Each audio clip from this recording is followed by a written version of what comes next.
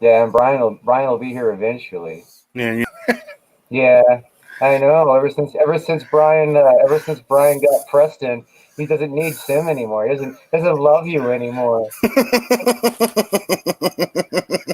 Don't believe the rumors. Don't believe the hype. I still love you, Simon. I hell, still brother. love you too. I love you, sexy motherfuckers. You know that. We're messing around in the back room, and when we go in live, we go, we have to do this. He's gonna show up right after. I know, and he showed up right on time. It Shit was stirrers. Goddamn shit stirrers. So how's it going, Brian? It's going. I don't know how long I'm going to be able to hang out. I haven't slept more than like 5 hours in like the last like 2 days. Oh, that's bad because I was gonna tell you I got some good news today, and I might be feeling like playing some Vermintide tonight. Yeah, I could maybe do that before great. bed. That's the thing. That's the thing. It's just like there's different degrees of brain power involved with different activities. Live Yeah, streaming, you sort of need to be present. Video games, you shift into neutral. and Like, especially Vermintide too, right? yeah, Bash, yeah, yeah. bash, bash, shoot. Bash, Yep. bash, bash, shoot. Feel good. Feel better now. Bash, bash, bash. Yeah, yeah, yeah. What I like with the witch hunter is that when you get the rapier, you Mhm. can use it to thrust. Did you So you're notice? not just Did you notice the hacking and special? slashing. You just go, Did you notice the special move with it? yeah.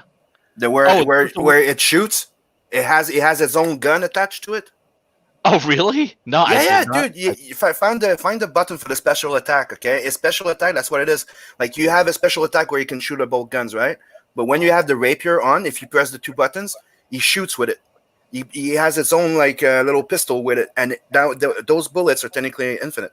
You just can shoot one at a time, right? Right, right, right. Yeah, so it's like a special attack. You have to Yeah. like build up the meter or No, no, or no, no. whatever. It's just like it's slow, right? To reload that one, Oh, I just so you can recharge. you Okay. can go click click, and Oh, that's it. nice, nice. Yeah, that's why I like the Witch Hunter. Oh, by the way, did you guys notice that yesterday I found the light? The light Last night something I what? found the light. I have found my new religion called Turtle Power. Oh, Turtle the power. new icon. Yeah, I saw Turtle. that. He's got a Ninja Turtle with icon with the Sim as a mask. Yeah.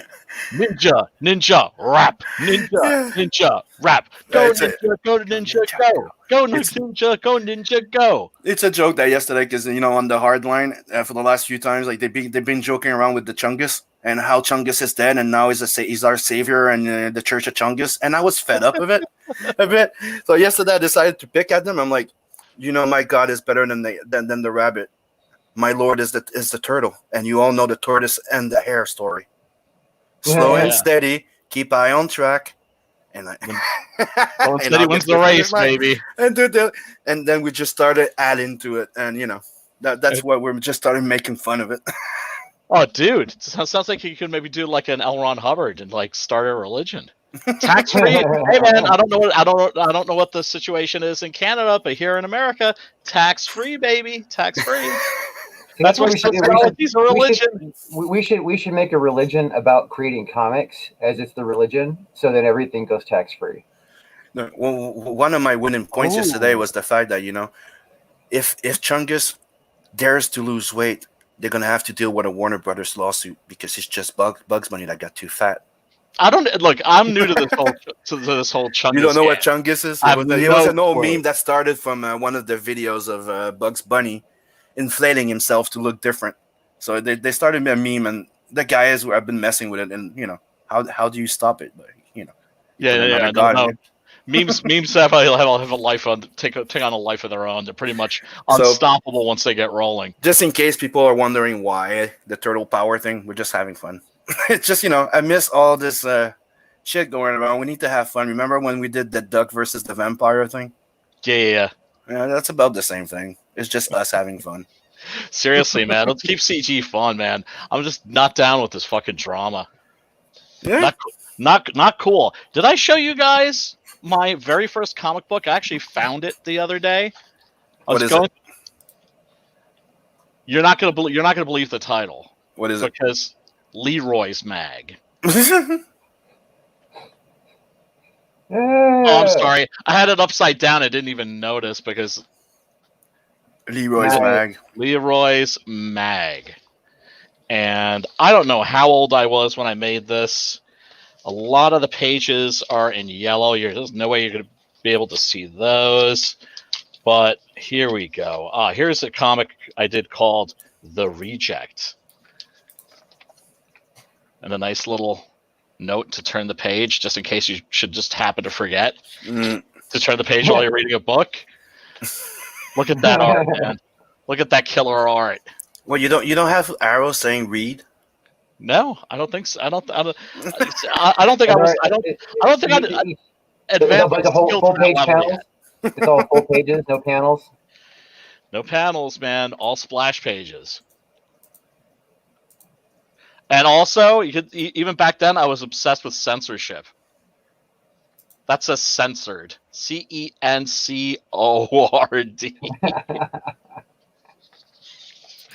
But yeah, no, I mean, I was looking through this, and I have no recollection of making it. Oh, here's somebody being thrown into a pit of baboons. A pit of baboons. Yeah, and I remember enough about myself to know that the figure being thrown in is a chimp. I need to warn you that me and Ace are working on a book called Gorilla Gangbang, so we might have to discuss. Just...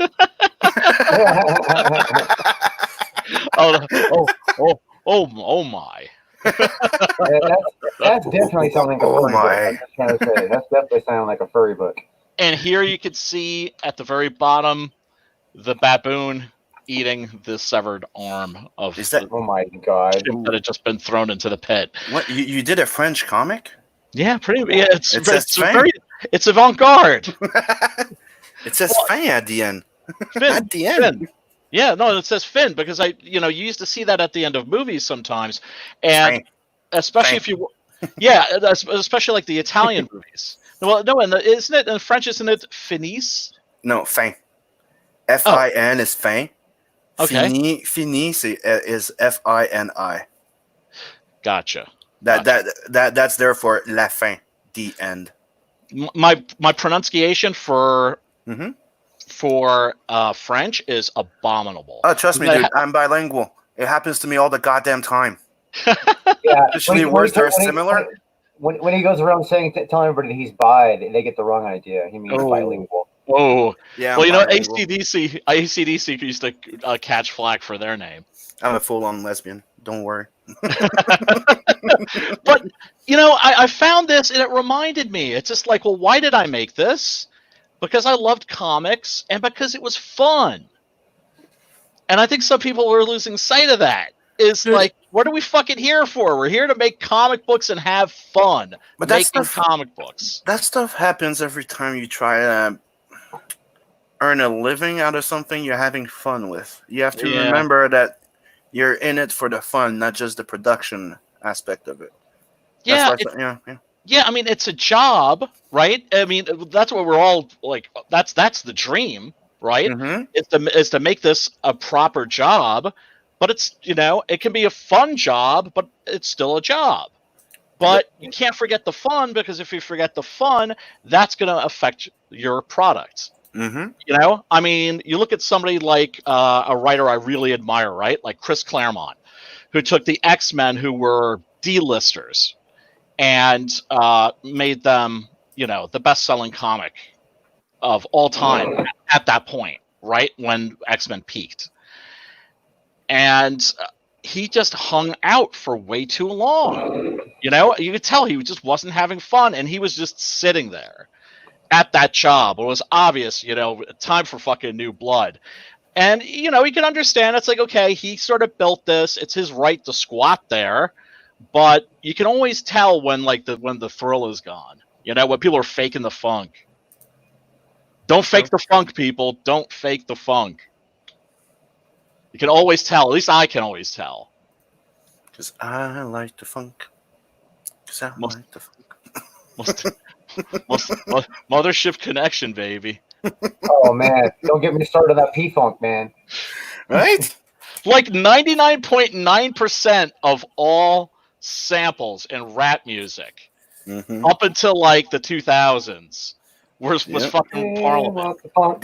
Going back to the funky Gotta have town. that funk. Yep. We want the funk. Fucking Oh, dude. Bootsy, Gotta have that Bootsy funk. Collins. Mm-hmm. That's I that. mean- I think that's the best thing of like growing up in the when we did. It's like we grew up like liking a bit of everything. Like I like Yeah. metal, I like rock, I like hip hop, I like disco, I like some country, I like some classical, and I like some I like opera. Absolutely. Yeah. It's like liking Thai food, liking Chinese food, liking Italian, liking French, liking Mhm. whatever, right? And I mean nowadays, people have access to more shit than ever, right? But they also have to look for it. It's not necessarily going to be just right there for them, right? Like when I was growing up, the reason I watched so many Westerns was because that's what was on TV. And, you had fucking like Pretty much, 13 yeah. fucking channels, and, they were always showing Westerns. And so I learned, to discern like the good ones from the bad ones. And when I saw the Italian westerns, of course, blew my fucking mind because it was something totally new, totally fresh, a completely original take. I don't know what it always brings me back to this, but have you guys seen like the current beatbox champion? He's like a Japanese kid. Mm-mm. He's fucking amazing. Is this like kids in Japan beatboxing? How freaking cool is that? So I mean, that's what I mean. I honestly, I can get really, I don't know, sappy about this topic because I really believe that the way for the solution to world peace is for everybody to experience everybody else's culture. Yeah. To check out each other's art. Dude, but that's what it used to be. Remember? Wait. That could be the secret to world peace. Then again, it could like. It was no. It could actually stimulate extreme warfare because people understand each other better, and then they realize that then nobody gives anybody any slack. You know what I mean? Now I understand your bullshit culture. You get no slack, bitch. You were saying, Simon? I said it was because it was doing good until they came in and fucked it up. Because before it was cultural like appreciation that they turned it into And we got Sween in the house. What's up, bro? Hey, what's up, Sweens? Congratulations, brother. Oh, Pepper Potts making her presence known. Yeah, we like you too, Pepper Potts. Whoa, Pepper Potts. Oh, she needs some love. Oh, yeah. She loves those scritches. Oh, yeah. Daddy's working too much. Yeah, exactly. That's cats, man. Like, no. Me. Yeah, that's like all the time, right?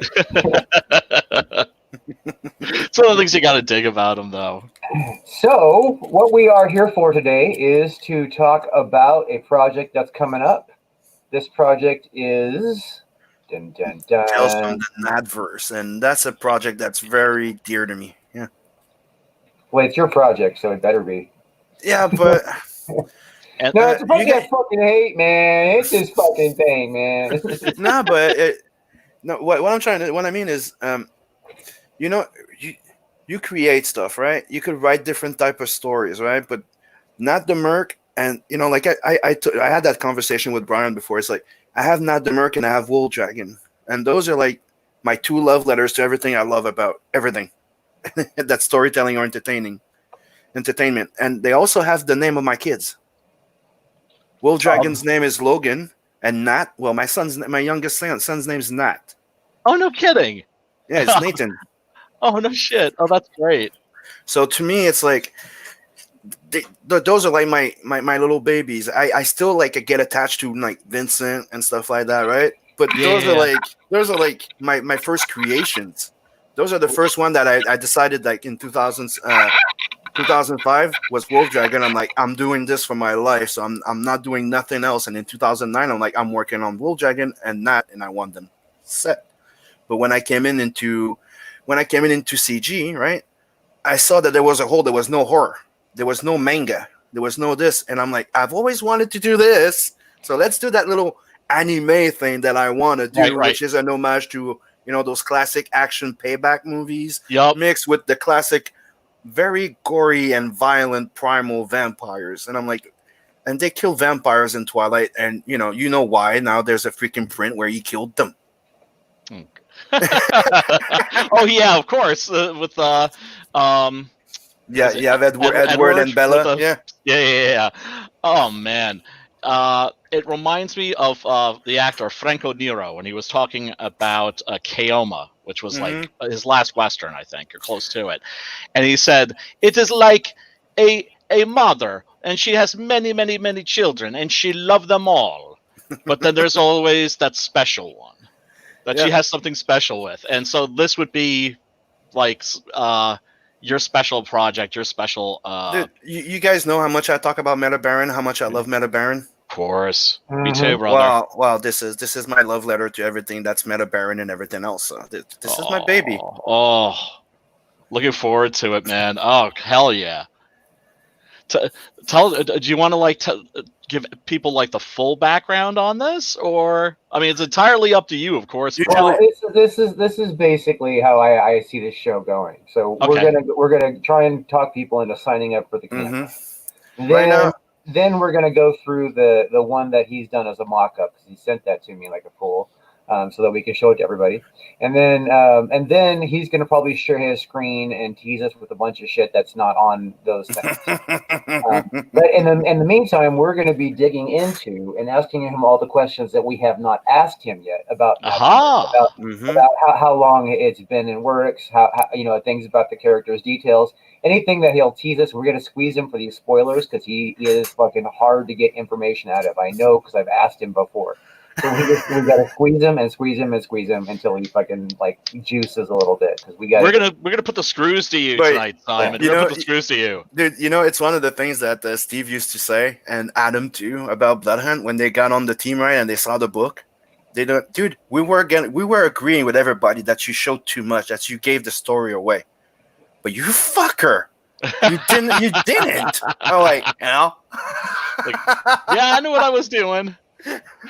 That's great, man. The reason why I'm so cryptic with that is because the entire purpose of doing Tales from the Natverse, because I want you guys to experience what people were experiencing when I was taking them out in 2012 and up. The idea is I was laying down the ground, as in doing short story to introduce everybody to Nat, the character, slowly by short stories. Right? Nice. Teasing, not showing not showing almost nothing that Nat could do. You could read all of it, and you'll still won't know what he does with that goddamn arm, except those 3 little winks that I put in there when he touches his dad, and I won't say more. And then leading to Nat the Merc. And like I'm saying, all those short stories that I planned before, they're all either before or interconnected to the main story. Oh, that's fantastic. So that's why I'm trying to not say too much, so you guys can discover it like the same way that the other ones would. Because I used to go to cons, right? And every time there would be a new story, everybody's like, dude, I freaking love it, but you're fucking teased. You're still not showing us what he can do with that arm that much, aren't you? That's great. That's great. You know what that kind of reminds me of? It reminds me of the old Grimjack by John Ostrander and Timothy Truman. It was a comic that came out from First Comics in the 80s. And if you've never read it, the first 10 or 20 issues really are pretty freaking amazing. And it took place in the nexus of all realities, right? So it's a city called Cynosure, where all the different dimensions meet.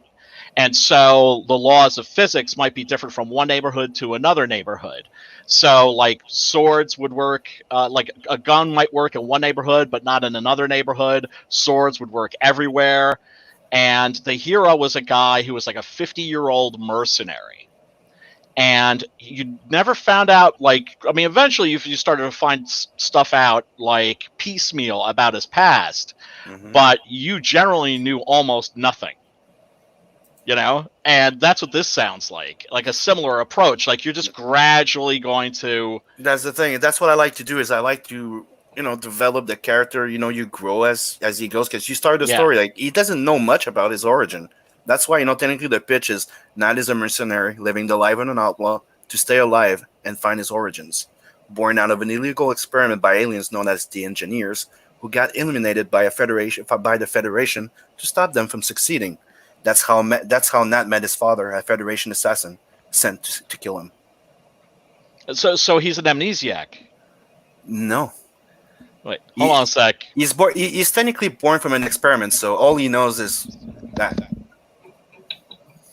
He's born from an experiment, so his dad's like the donor? His dad is a robot, and he was just sent there to kill the aliens that was doing the experiment because it's illegal, and they went to an illegal planet, which was Earth.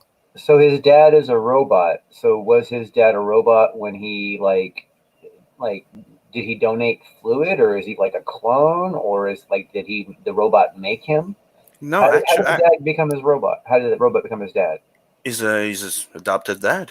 He just decided to protect he's adopted. Okay, so he's adopted father. Okay. Yeah, but come on, how can you biologically link to a robot, dude? Well, that's what I was trying to figure out this morning. I told you he was sent to kill him and decided to be his dad. We got Metal Movies and Brewskis. Lothar D also joined us. Matthew Lemons, welcome, guys.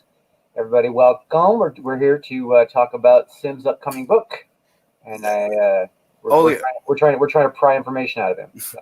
When you started the story, all he knows is what his dad told him, Bob, about the experiment, and that they were trying to, a bit like Jurassic Park, where they had the dinosaur DNA. They just were looking for a way to complete the DNA trend to bring back that species. So they were trying to bring back an ancient warrior, and they only had the DNA, and they've been going around space everywhere, taking samples from all type of living creatures, trying to close it down and trying to reproduce that, and that's how Nat was born. Right. So, but it's not like Jurassic Park where they're using a tree frog, right? No. No. They're using human DNA. Oh, they're using human DNA. Okay. That's why. Yeah. That's interesting. So, okay. So, everybody, the link is in the chat. I should probably post it again. What you need to do is you need to click that link and go over there and see this place where it says email address. You put in an email address that goes to you. Not somebody else's email address, yours. And then don't forget to go confirm it. Yeah, and you got to make sure to click this box that says I agree to the terms of, because if you don't, it's going to tell you didn't, and then it's going to say you got to do this or it won't send your shit. And then you got to confirm it after the fact so that you can get notifications and stuff like that. And is there any kind of special secret? Everybody that gets on it, they get an exclusive trading card of the entire crew of the the book. Technically, all characters. So I think there's 6, and you also get the early warning. By being on the mailing list, you'll be the first one to know when it's live, giving you the first access to all the original pages that they have in there. So there's no discount secret perks or special art included. They get an exclusive trading card. Yeah, well, that's just for being on there if they back, right? Yep, exactly. So okay, but you're not getting. Are you going to send them a secret link to back with that, or are they? Nope. You're just going to do the work of comparing email addresses. You'll have to compare email addresses. You'll have to like everybody who's backed, you'll have to compare to see if their email address is on the list because it's not automatic. So yeah. Sorry for just dropping out before, but mom's in the toddler stage of Alzheimer's and was just walking in. I had to escort her back upstairs and get her situated and give her a bowl of ice cream. She should be good for a while. So, but anyway, I'm thinking this thing needs a trailer badly. And I'm thinking of asking my friend Bronson Gorilla. He's working on the 6 Gun Gorilla trailer, which looks like he's doing a cartoonish amount of work, way too much. But God, man, I think he would do wonders with this. Oh, and by the way, there's just definitely looking at this art. There's no way that you're a Captain Harlock fan. Nope, not at all. Nope. No, yes. Definitely not. Yes, I am. Of course I am. Okay, of course you are. So So how much of this art that we're looking here is recent, and how much of it is like old from a while ago? Well, you have, hold on, 1, 2, 3, 4. Most of them were done between. Look, Royal Rumble was done in 2016, 7. Yeah, Lueni was started in 2017. I'm finishing it right now. All that was there, all that's there right now was done between 2012 and 2017. And right now the Lueni stuff is new. It's technically, I had the 3 first page done, and now I'm actually working on it to finish it up. Okay. But there's the 3 last story, like the one that was published, the one from Nat the Merc where he meets his best friend Zed, was done in 2016 and never got published. Same thing for Royal Rumble, never published. And Lueni, well, it's not finished, so not published. So this looks, so you're going to have a lot of old art in this, and we're going to get to see you evolve as an artist. Yes. Throughout the course. See, I love that. And there's one of the stretch goals, right? Yeah. I will do a remastering of the first Not the Merc story, right? Right. But the thing is, I'll leave both of them in. Nice. You'll get you'll get like the new version, and I'll still leave the old version in the extras. That's so you great. Get to see it, right? Yeah. Because I personally love that stuff. I don't know if you guys have gotten Rockabilly Road Trip, baby, but it's like throughout the course of this book, you see Preston improving as an artist, and you look at his old art, and there's no way it's anywhere near as good as the shit he's doing now, but it's charming. It's charming as fuck, and that's like the same feel that I get from your old art. Do you know what I'm saying? But you see the one that's there at the bottom right? That's the first Not the Merc story. Oh, awesome. I did it in 2012, and it got published in 2013. Nice. In which publication? Called Zidara 9. It's like a Quebec version of Heavy Metal magazine that we did here for a few years. Oh, nice. It was a guy I know that was the editor. He has his little publishing house, and he started doing that. And yeah, we did good until you turned SJW, and he tried to do one of those all feminist book, which was the end of the entire freaking thing. Metal Hurlant is the antithesis of PC. Yeah. There's nothing PC about it. No. It's everything. You want to do a gay story, you can do your gay story. You want to do anything you want, you can. Yes. Just don't complain if some people don't like it. Fuck. And it's an anthology. It's an anthology. So if some of the stories, I'd be reading and I'd be like, you know what?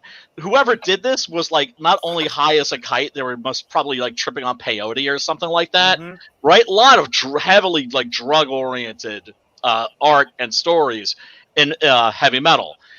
But it was like, okay, well, if I don't get this, well, then we get to the next story, right? It's like, Richard Corbin, Den. Oh, I can get down with this, right? Or Moebius, with the Ingle story, Wow. SJW, Metal Hurlant, unbelievable. And one thing that you need to know is you'll probably also get between 4 to 6 pages of the actual Not the Merc book in it. Sweet. So yeah, and as you saw the first pages, like the entire plan was teasing, but the first 4 pages you get to see what he does with that arm. Pretty damn well. Nice. Sweet. Looking forward to it, man.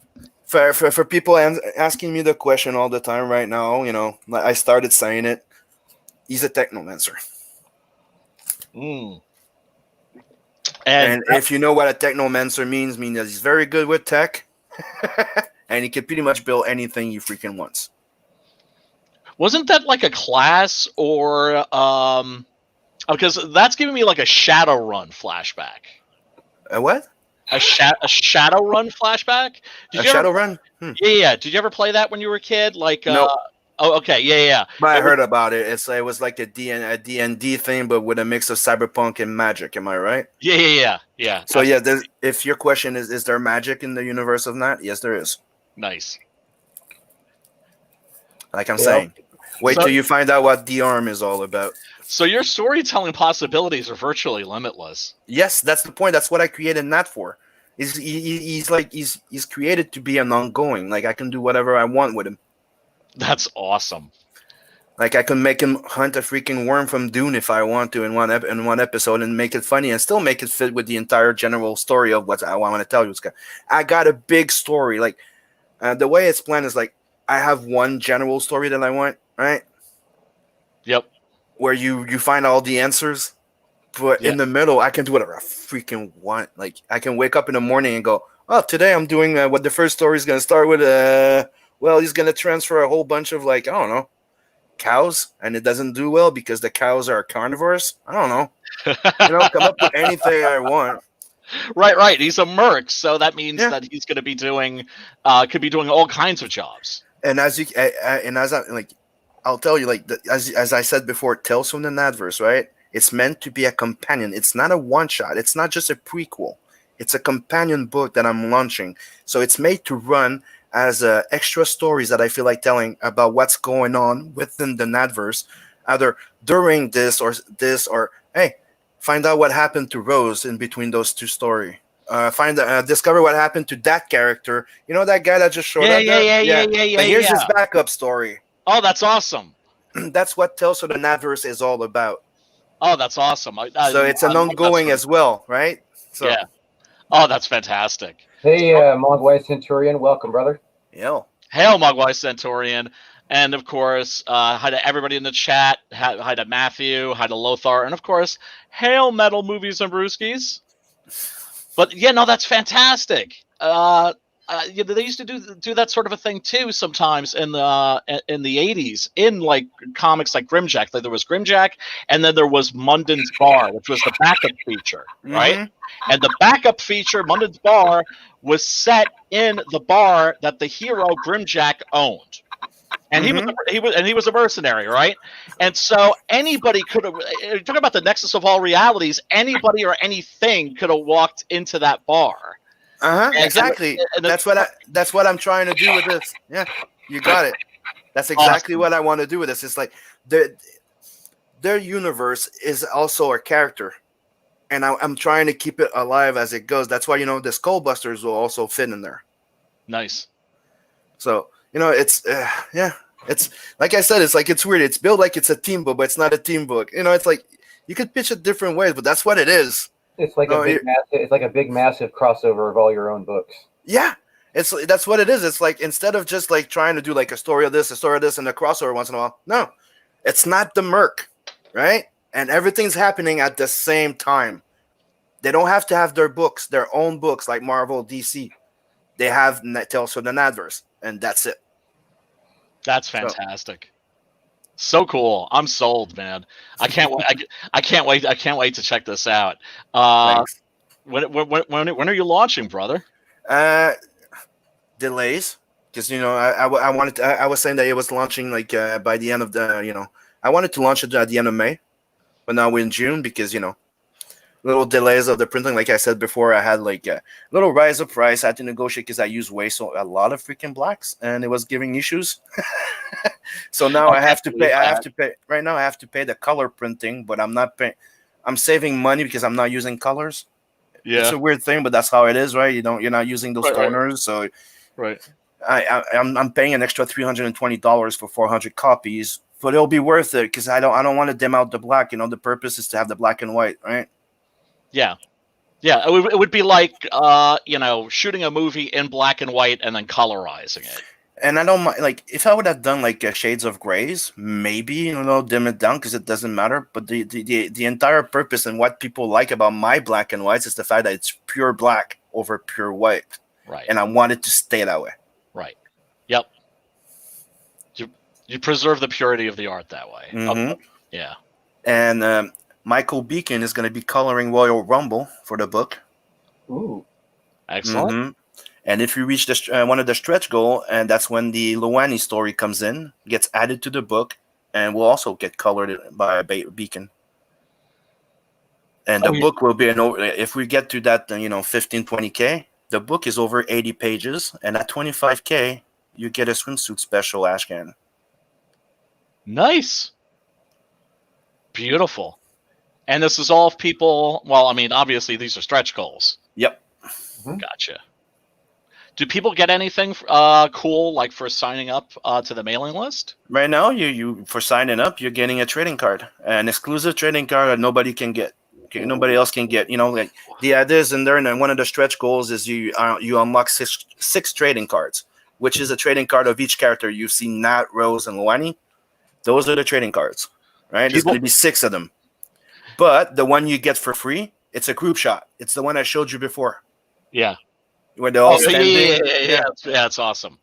Where you see Nat and you see all the other ones behind him. That's going to be the group shot. That's going to be the trading card you're going to be getting with it. And people love those freaking trading cards, yo. They really do. Mm-hmm. So, folks, sign up ASAP, or you're gonna miss out on that trading card. To finish that answer, like as soon as I'm ready, I'm launching because I don't want to rush it, and I want to make sure that all my fulfillment, because I had to redo the entire campaign because I had 2 weeks to launch because I've been that email list was up for a long time, right? And I did not want to have to launch a campaign before I'm done fulfilling. At least everything is mailed out. So I recreated it, and I'm like, I'd rather wait and not put a fixed date on it right now because I want to make sure when Bloodhunt's done, when I say that Bloodhunt's fulfilled, is all mail, that thing's going live. Nice, nice. And hopefully everything will be there with a nice little video and some extra little tiers because I'm also thinking of doing a sexy tier. Because, a lot of people have been asking to have one of those sexy tiers with the Luani and the Rose there. So are we talking about possibly some nudity? Yes. Hail, Simon. Especially with Rose, because she's the type of, she only has one, so she's going to flaunt it.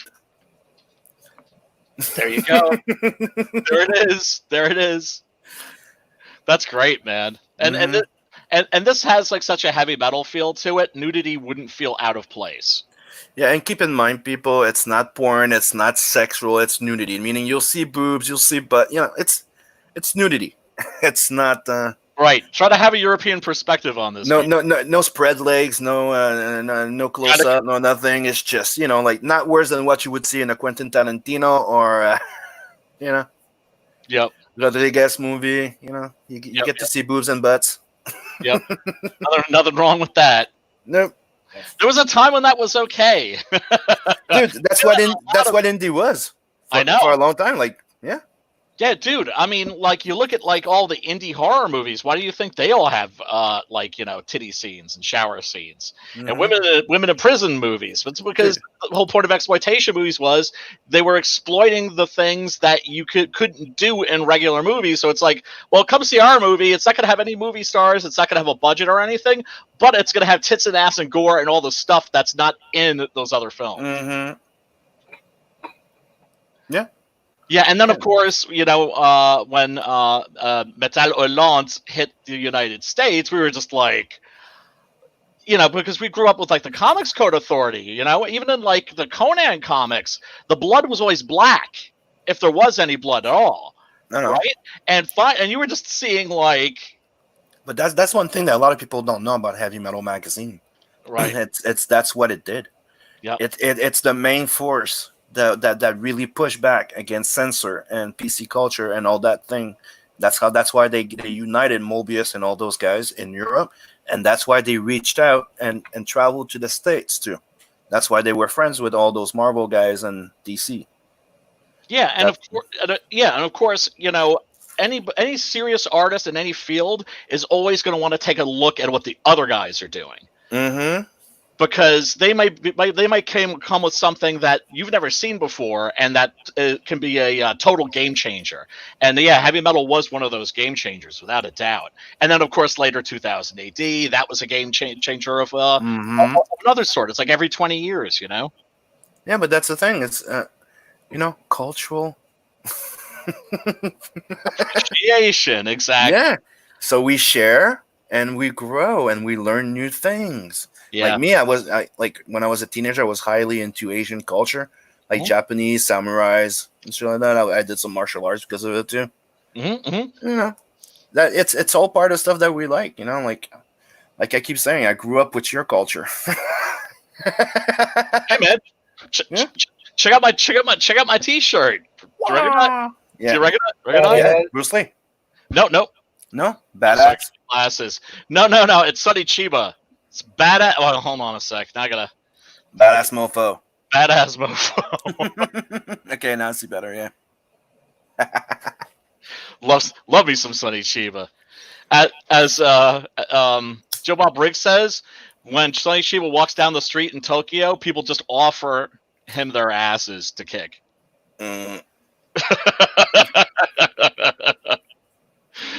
But yeah, oh god, did you? I recently watched the 2000 AD documentary that's on Amazon Prime. Recommend that to everybody. Yeah, it's great. I sponsored the Kickstarter a long time ago. Oh, that's right. I was a Kickstarter for that, right? Mm-hmm. Damn. Yeah. Oh, it's so good. And how they cover how it was Dredd was the inspiration. Like they tried to get Dredd before they developed RoboCop. Yep. It was that they were trying to get the license to do a Judge Dredd. There was so many freaking problems that they go, fuck off, we're going to come up with our own. And that's how RoboCop was created. Yep. Yeah.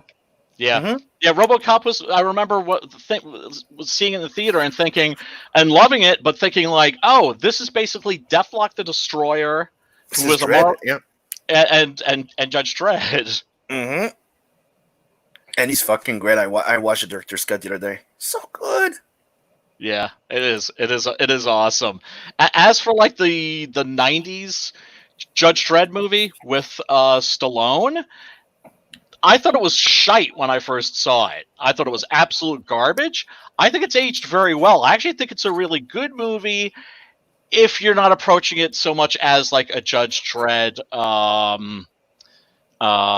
adaptation. I mean, they caught the world perfectly. Mm-hmm. It's just the entire plot was built around getting that damn helmet off his. But that's the thing is, I think like the world, the environment, and everything was like so on point. But it's not Dredd. The character is not Dredd. Yeah. No. But in the new one, you get fucking Dredd. Yeah, you do. Just not the world. I know exactly. It's like it's filming in your neighborhood now, but Dredd is Dredd. Dredd is Dredd. Yes. And if you have to choose between those two things, right, you're gonna go. Mm-hmm. You're gonna go with. You know, another sci-fi classic that I like a lot. It's a bit of the like I said, it's Not the Merc is like everything I love from everything sci-fi, right? Mm-hmm. One of the things that's there, and that's why the shot like that I showed you for the trading card, the group shot, that's like a wink to Buckaroo Banzai. Oh, nice. You know when he's walking and you see all the other ones lining up behind him. That's why it's like, that's my wink to it. Yeah. Yeah, I love that movie. So be expecting stuff, all type of stuff like that, and not the Merc, because that's what it is. It's like somebody that did a journalist did an interview of me like when this was coming up, and what he said is like it's a love letter to all of Image, like Cyberforce and all that stuff, and Lobo and Heavy Metal Magazine, and Meta Baron. I'm like, yeah, you got it right on mark. That's cool. So you were interviewed by somebody that actually knew something about comics. Yeah, dude. It's one of the but here in Quebec, the biggest reporter in comics here. Nice. I was in his book, like the superheroes of Quebec. No shit. Mm-hmm. Oh, that's awesome. Nat made it. Yep. Yeah, I don't think Richard Johnston would be as kind. Dude, the day that I got a freaking call from two guys in France saying that they got my book, I'm like, what? They got Desidera 9 over there, and I'm like, how the hell did you get that? We called the guy, we got it here, we want to interview you. I'm like, oh boy, okay. Oh, that's so cool. Mm-hmm. That's awesome. And I'm so happy to bring it back. And the logo design, that was my friend Scott, man, that came back and decided to tweak my original design of Not the Merc, the logo, and I'm like, dude, I'm using it. Put verse, and now it became the new logo, Tales from the Natverse. So the final design are done by the amazing Scott, man. He is truly amazing, and that is truly amazing work. I can't believe he works digital, and you'll see him doing these little details, and it's kind of not necessarily exciting to watch him color, but then he'll zoom out and you'll see what he's done with the page, and you're just like, whoa. So, time to show a little bit of stuff now, so hold on. Oh yeah, we're gonna get a preview. Yeah, but I'm gonna show you some of the pages from a Royal Rumble, but in big from my program, so you're gonna see them a bit better. Nice. A sec. Just kind of tickle our ass with a feather. But just so you see them more better than what you've seen. That's how you like it, though. We know that's how you like it. Yeah, well, there's nothing wrong with that. Since when do you get all conservative? So this was done in 2016. Nice. So this is the planet of Elrica. She's the queen. She's the queen. She's the warrior queen. It's a warrior planet, a bit, So they're known to be warriors, and every 100 years, right? All the royalty, the sons and stuff like that, they meet up and they do a battle, like a tournament, right? And the winner is the one that has control of all the resources in that sector, right? So, and the winner also gains immortality. And she's been the winner for a few hundred years, right? Oh. So some people are not happy, right? So they want her down. So this is the first page, and he gets the second page.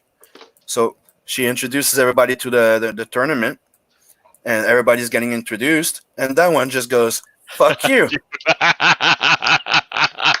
and oh man, that's giving her shit, and she just looks at him and you have this her not server but protector, right arm that's like, how dare you talk to the queen like that? And she's like, oh sweet.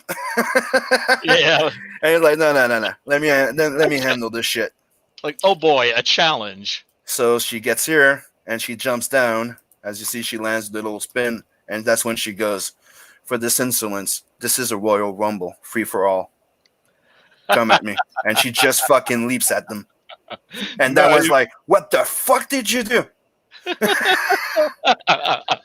Oops. And this is how it starts. Oh, man. So this is why it's called Royal Rumble, because it's an actual Royal Rumble. Right. They represent their planet and the royalty. And yeah. So get the book to find out what happens with Queen Ulrika. And here's a little sample from... This is Luani. This is the one that I started in 2017. This was the first page.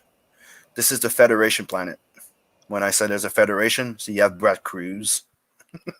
And who's the main character in this? Is it... You said it's called Luani? Is that It's Luani. Yeah, that's when you get to see one of the first story of Luani, what she does. She's technically like...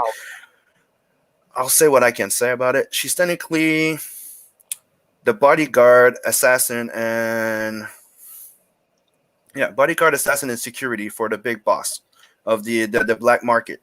So she's like a slave. So she's used to be an assassin and everything. So this is one of her job where she needs to go eliminate that guy here. Oh, so she's an assassin. She's not just an... Matthew Lemons there. There's a question for Matthew Lemons there. Oh, yeah. For you, Sam. How do they get defeated in the tournament if they gain immortality? Or is it immortality from dying of old age? It's immortality from dying from old age. Yeah. They don't grow older. I'm thinking of that heavy metal story where like these guys fight to become the king, and then they just have like their brains removed, and the king's brain taken from his old fat wasted body and just planted into the new one. They did it in a TV series, dude, that I was telling you to check. That was the first episode. episode. Yeah. So that's the first page where you see the world. That's how I wanted to show the Federation, because before in the stories you never saw it. You heard from it, right? Right. So that's the Federation planet. Nice. So it really is nice. This is how you meet Luani coming in, and this is where she's in full armor mode. So you see her coming in, she's invisible. She stabs a police officer, and then you see her decloaking. Oh, so cool. So then she starts going there, and you recognize the fact that she has those little tendrils there. Yeah. Nice. So she's there. She see they slice the face off that guy. So that guy goes, "Fuck this shit, I'm out." Out of 5,000. So then you get to this. He's running. You see people getting shot. She's just running. Jumps in the cab, and this is the homage to Mobius and all those. Yeah, to the ankle. Yeah. So she gets surrounded, and she just doesn't give a damn, and she just leaps off the building. Oh, that's right. Yeah. And that's all I'm gonna show. Oh, it's so great. So this is an armor, and find out more about her after. Badass ninja bitch sold. And what I've always said before, I've already mentioned before, so I don't mind saying it.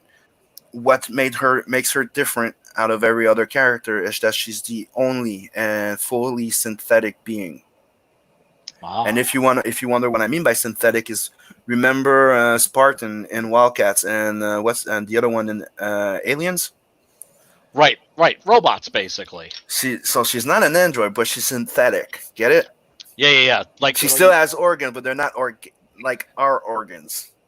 That'd be kind of like Cyborg, basically. Yeah. More human than human. No, a cyborg would be a combination of living tissue and the mechanical, right? That's why I have to precise it that way, because she's technically an android because she's sentient, right? She has not a human brain in it. She's fully synthetic. All right, so then, yeah. You know what's really cool? There's a new version of Frankenstein that was done by Bernard Rose, a guy who did Candyman. Mm-hmm. And in that, the way that the monster is created is he's basically 3D printed. Like you see, they have like what looks like a 3D printer, and it spends like the most time on like the eyeballs. It's like really, really, really cool. And like I'm saying, to the fact that she's synthetic, and the reason why is because she was built to be Rose's replacement body when she was dying from cancer. That was the body that her father was building for her, but he got murdered and stolen from the pirates, and she got raped, beaten, and left for dead. So yeah, right. They're all, like I'm saying, everything's connected. That's awesome. Yeah, it sounds really cool. I can't wait till I can actually read it. This is the 5th page of Not the Merc, and just to show you, it's the first story starts and it's linked to the first story of Tales from the Natverse because it's linked to that guy. Everything's connected. That's so great. And it's done in a way that even if I didn't put the Tales from the Natverse out, you could read this and still enjoy it. But it's made that the other ones are just, you want to discover it the other way. So that's why I wanted Tales from the Natverse to come out before Not the Merc, because they're actually connected. It's not just That's so cool. They actually did that. I don't know if it was on season 1 or season 2 of Heavy Metal Chronicles, where it wasn't all of the stories, but there were some of the stories that were interconnected, like the Jodorowsky ones. Yeah, and the one where you get to an episode and there's 2 stories in it. Like I love the one with Disney. Yeah, that's fantastic. That one's sick. It is. Right? It is. Yeah, pretty wonderful. I love that movie. I love that story, and one of the ones that really, really hit me was Red. Yeah, that's a great one too. Right? Like, we're not going to ruin it. You have to watch it because the magic of it is the fact that no spoilers. Yeah, and that is one where you really don't want to spoil it. And it's a perfect example of what European comics is all about. Yeah, absolutely. Yeah, that's on Prime right now, folks. Heavy Metal Chronicles, it's called. Definitely. Metal Hurlant Chronicles. Metal Hurlant Chronicles. Mm-hmm. And I like to also. Please go ahead. So Sim, you got to tell us, where did the absolute beginning inspiration of Nat the Merc come from, man? I mean, obviously it's been around for a while. So where did it? I mean, obviously we know where the names came from your kids. But and we understand the concept of what you're doing as far as like the pop culture references and all that kind of stuff. But obviously that's not all like where the inspiration came from. So where to get inspired? Like what said, okay, this is where the idea came from. Boom, this. I needed this. I need to do it because of this.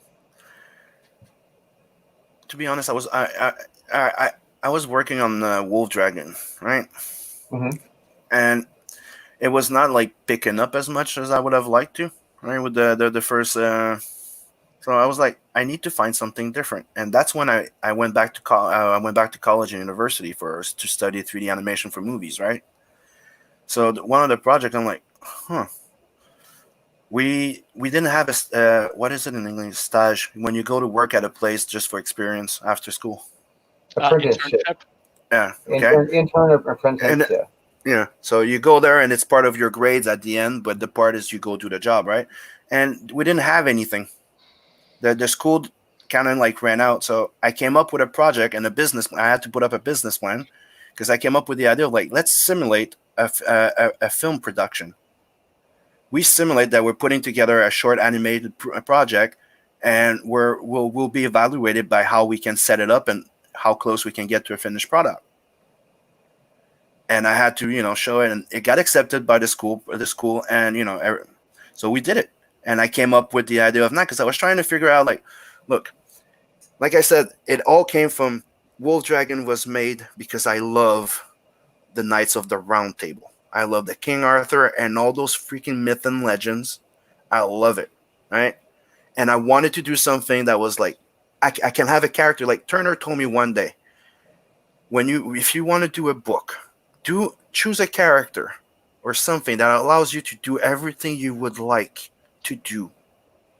And that's when Wolf Dragon, that was something I had created when I was 15. So that was something I went to get reactions, But Not the Merc was the new one that was like, okay, this is what I'm doing. I'm going to sit down and come up with something that can be ongoing, that I'm not going to be just stuck in one story, right?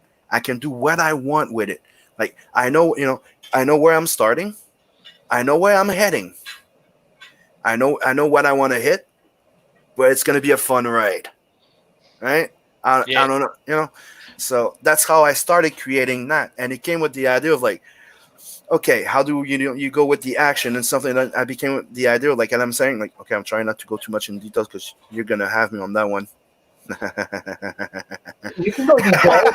We're just trying to like get you to slip. Remember when I said that there's a price to pay with that arm, right? Yeah, of course. So not came with the idea that a guy that needs to control his violent side or his anger, like the click of the eye, like somebody, I came up with the line where somebody once, I got pissed and you have the tilt in your eye, and somebody once said, goes, what the fuck is that? I'm like, oh, that's like, count the amount of clicks. Yeah. That's how many different scenarios of how to kill you I just had in my head. He goes, what? It was a freaking joke, but that's what came in my head a bit when that is like, okay, let's do a character, right? That's mainly a guy that's trying that, when they say it's harder to be a nice guy than be an asshole, that's what he is. Right. The guy that could just go, fuck you. I'll destroy everything. I can do fuck off, but decides, I want to be a good man. I want to be a good guy, even though I'm this, right? So he's not a hero, but he wants to be a good person, in a way, right? Well, that would make him chaotic good. Yeah, like a character like Conan, for instance. So the arm kind of has that type of like subconscious rage that gives him, and it's part of him, right? Yeah. So that thing needs to feed, and I'll leave it at that. Oh, so there's a symbiotic relationship between him and the arm. That's interesting. The arm comes from a weapon from an ancient warrior that he was the only one that could use it. And the only thing I'll say. I'm thinking that, I don't know about you, Drew. I'm thinking that the arm might be sentient. No, possibly, especially if it needs to be fed. Yeah. Might literally have a mind of its own. Yeah, maybe find out. Maybe it has sexual desires. Who knows? Could be. But you know what? I think what will be more interesting for you guys, finding out what it can do. How it can fuck people up. That's what we really want to know. What can he do, right? Yep. I'm thinking you might be able to hack computers with it too.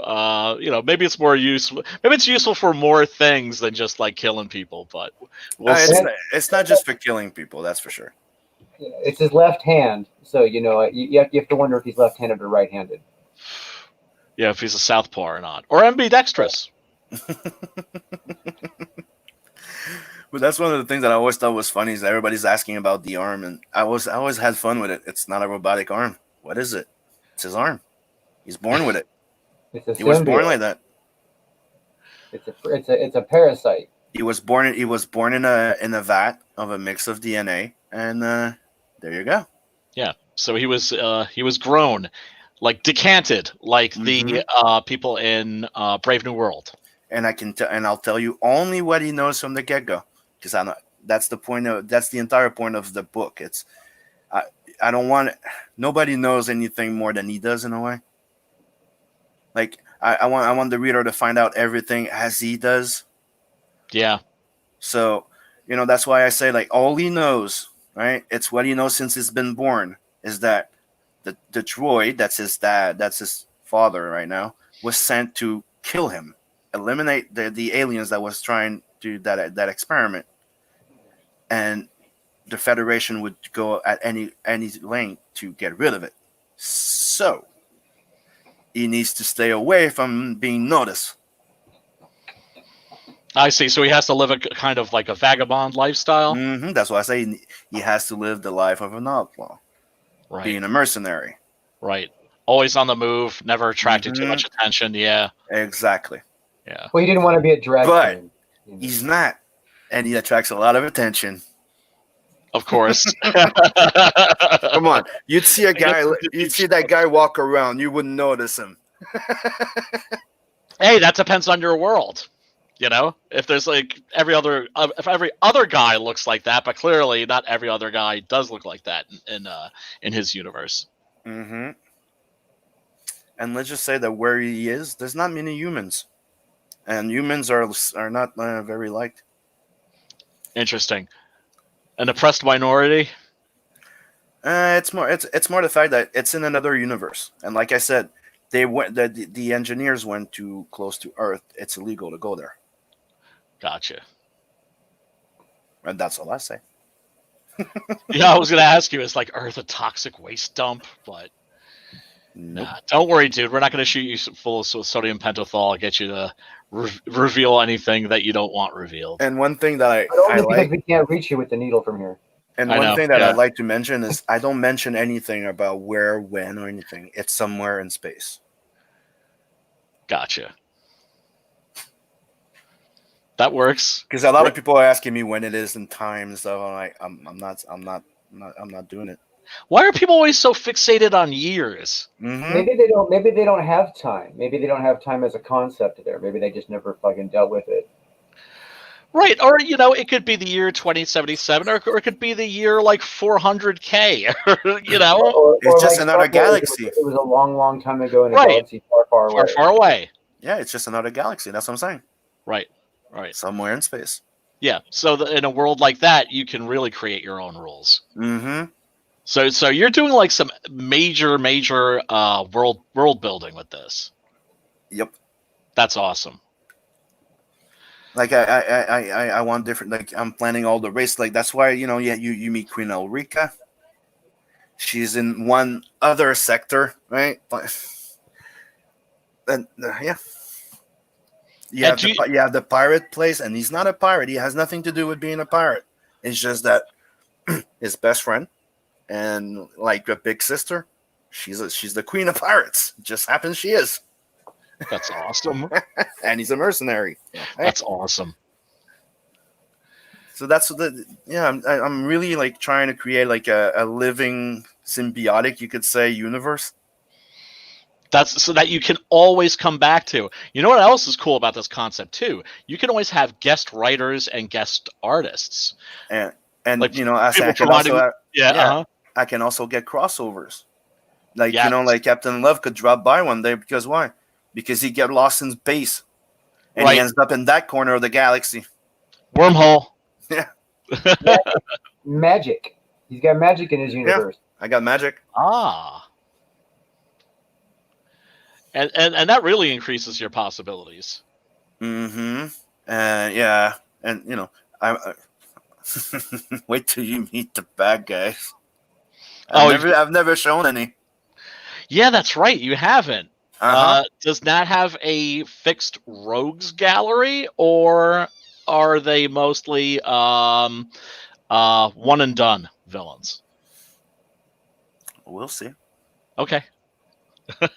Come on, it's a trick question in a way, because think about it. Yeah. You can't really present like a whole bunch of like villains and they all end up the same way, right? You can't kill everybody all the time. Some of them have to survive. Some of them have to be plotting behind the thing. Well, and if he's trying to be a good person, he doesn't want to kill them. He wants to have them arrested and locked up. Oh, he's not that good of a person. Oh, right. Okay. Right. It's a bad guy it was almost a bad guy, like, but has a code. Once again, chaotic good. The example I always give is Conan the Barbarian. Like you'll see somebody wounded or like in trouble, he'll help. Right? You'll want to help. Yeah. A job's a job. Right, but also probably would never backstab somebody that was a partner, even if it was just a temporary partner. Mm-hmm. Doing like one job, like still would like have that person's back. Yep. But like I'm saying, he also has like a code. So, maybe a job will start and it turns out into something that he might not agree with. Right. That stuff could happen. But, the killing thing, if he's paid to do it, and, depending on how he negotiates his deal. But he's known throughout the universe as the guy that gets his man, Nice. Like the mountain police used to be. Yep. Oh, we remember. we remember. I don't know how familiar. Well, dude, you know your anime. You've seen Go-Go 13, the manga, and the movie. There were like 2 feature films, live action, and then there was this awesome anime series that came out a couple of years ago, and I wish there'd been more than just 2 seasons. But those are interesting because the hero in those is just a sociopath. Like he has like no conscience whatsoever, and you're not so much involved with him as in like, okay, how is he going to kill this dude? Because like almost every murder, every job is like a kind of puzzle almost. Okay. Yeah, definitely. If you haven't watched that, it's awesome. I don't know if it's readily available on any of the streaming services, but it's so good. I'm just curious what ascending Apothicon means by this. Does he mean that he erases penises? I am the penis. Or does that mean that he is a very large penis-shaped eraser? That's a really good question. I am the penis eraser. Or as an eraser, he just sticks on the tip of your penis. That's another thing. Like instead of putting on the pencil, you just put it on your penis. I know that Maurice Sendak, the guy who did Where the Wild Things Are, did a book called In the Night Kitchen that had like some full frontal male nudity, and that librarians were going into the book with whiteout and painting diapers onto. There you go. Another thing that I would like to add when to answer the inspiration, how it started, a line that came in my head. Obviously. Cowboy Bebop and everything started passing in my head, but one of the lines was "Find a crew, keep flying." Yeah. Oh, it was such a great show. Oh, they're making that line. The idea of somebody that hey, we need to make money because otherwise we can't fly, we can't eat. It's what I like about Cowboy Bebop too. Yeah. They had real life things in there like. Yeah, their existence wasn't glamorous. Mm-hmm. It's not just la la happy pretty. Yeah. They were basically working stiffs. Mm-hmm. In space, but like freelancers. Yep. Yeah. Oh, that was such a classic show. Is it a TV series or is it a movie? The live action thing that they're doing. All I know is that people are gonna start fucking buying comics. I mean, seriously. Everybody start fucking buying comics. We can make these fucking comic books into cartoons or movies or something, because this shit needs to happen. We got so many fucking great storylines, fucking bumping around. It makes the mainstream comics look like shit. I mean, seriously. If fucking you go into a comic book store and you flip around, you can't find the variety of fucking depth of stories that you can find just fucking, you know, in the CG. It's unreal. It's sick. I don't even understand how come we're fucking still like sitting around selling comic books and crowdfunding. The mainstream should find us and fucking pick us up, because holy shit, they'd make money on us. It's blowing my mind. We need these we need to sell comic books. These need to be fucking visual, stunning, moving properties. I mean, the comic book world's nice. It's beautiful. It's an essential medium. But holy shit, these projects need some more life, man. Can you share my screen for a sec? No, fuck no. What the hell do you think this is? Yeah, look, dude. All of us, even if you know, I would never make a comic book as a sales item, you know, for like a movie, because I see when people do that, it always comes across fake, you know, like we were saying before, don't fake the funk. But there's none of us that wouldn't love the idea of action figures, animated series, live action movie. Of course, we all think multimedia. So yeah, this is the first page of the last Not the Merc story I did. That was not published. It was a short 3-page story meant to introduce Zed, his best friend. A nice bike, like a nice looking bike. That's his best friend. He's a mechanic. And this is the planet called Scraponia, and they're both the owners. And this is like the scrap where, you know, that's. Yeah, I was thinking like it looked like a spaceship graveyard, and we see the I think Explorer 1 from 2001: A Space Odyssey there. You have you have the Server Hawks base. You have the Firefly here. You have the Meta Baron base there. You have the Futurama ship here. The cat from Fifth Element. You have the TARDIS. Oh god. You have Bender, the robot from what's the name again? Futurama. The Hitchhiker Guide to the Galaxy. Oh yeah. Marvin, the paranoid android. Yeah. You have a piece of the Enterprise here. The Harlock ship. This is meant to be like a ship from Mars Attack. You have the right. You have the TIE fighter. No, the X-wing. X-wing. You have Grendizer right there. Oh wow, right, dude, loaded with you loaded this up. You look the Lost in Space robot. You have the Thundercat thing there. You have Alf. Oh no way! By the Borderlands dispensing machines. Oh wow! You have the Lobo bike. Dude, do you think this could maybe use a few extra Easter eggs? Heavy Metal magazine. Nice. Yeah. Beautiful. So cool. That was done in 2015 or 16, if I'm not mistaken. That's awesome. Was that the year that you got attacked by Antifa at a convention? Yep. That was when we were, yeah. Why did they single you out anyway? What was it specifically that you did that hurt their fifis? It's because I used to have visits from some of those PC type of ultra third wave feminist type of girls, you know, like. They used to come and complain to the fact that I over-sexualize women. And I'm like, dude, I over-sexualize guys. Fuck off. Right? What difference is there? If you're looking at Superman, he's naked with body paint. I'm like, fuck off. I know. You know, wait, when someone comes if someone ever comes at me and claims I'm over-sexualizing women, I'll be like, you know what? Stop right now. First, go after the women that over-sexualize themselves. You fucking go to them first, then you come and talk to me for fucking making my world involve creatures that look like them. See, Rose was in Zidara 9 in 2015, right? And Loani was supposed to be in the one from 2016. Shit. Sorry, guys. I gotta go. Apologies. Talk to you soon. All right. And to finish what I was saying, the thing is, they didn't like the fact that we were being very successful with Zidara 9. So they went after my friend that was doing the thing, and that's why he decided to do the fully feminist and just women thing. And it was really, really, really, really bad that it killed the entire thing. Yeah, So that's why they came after me over there. Well, they're stupid. What can we say? You know what I mean? They're stupid. Mm-hmm.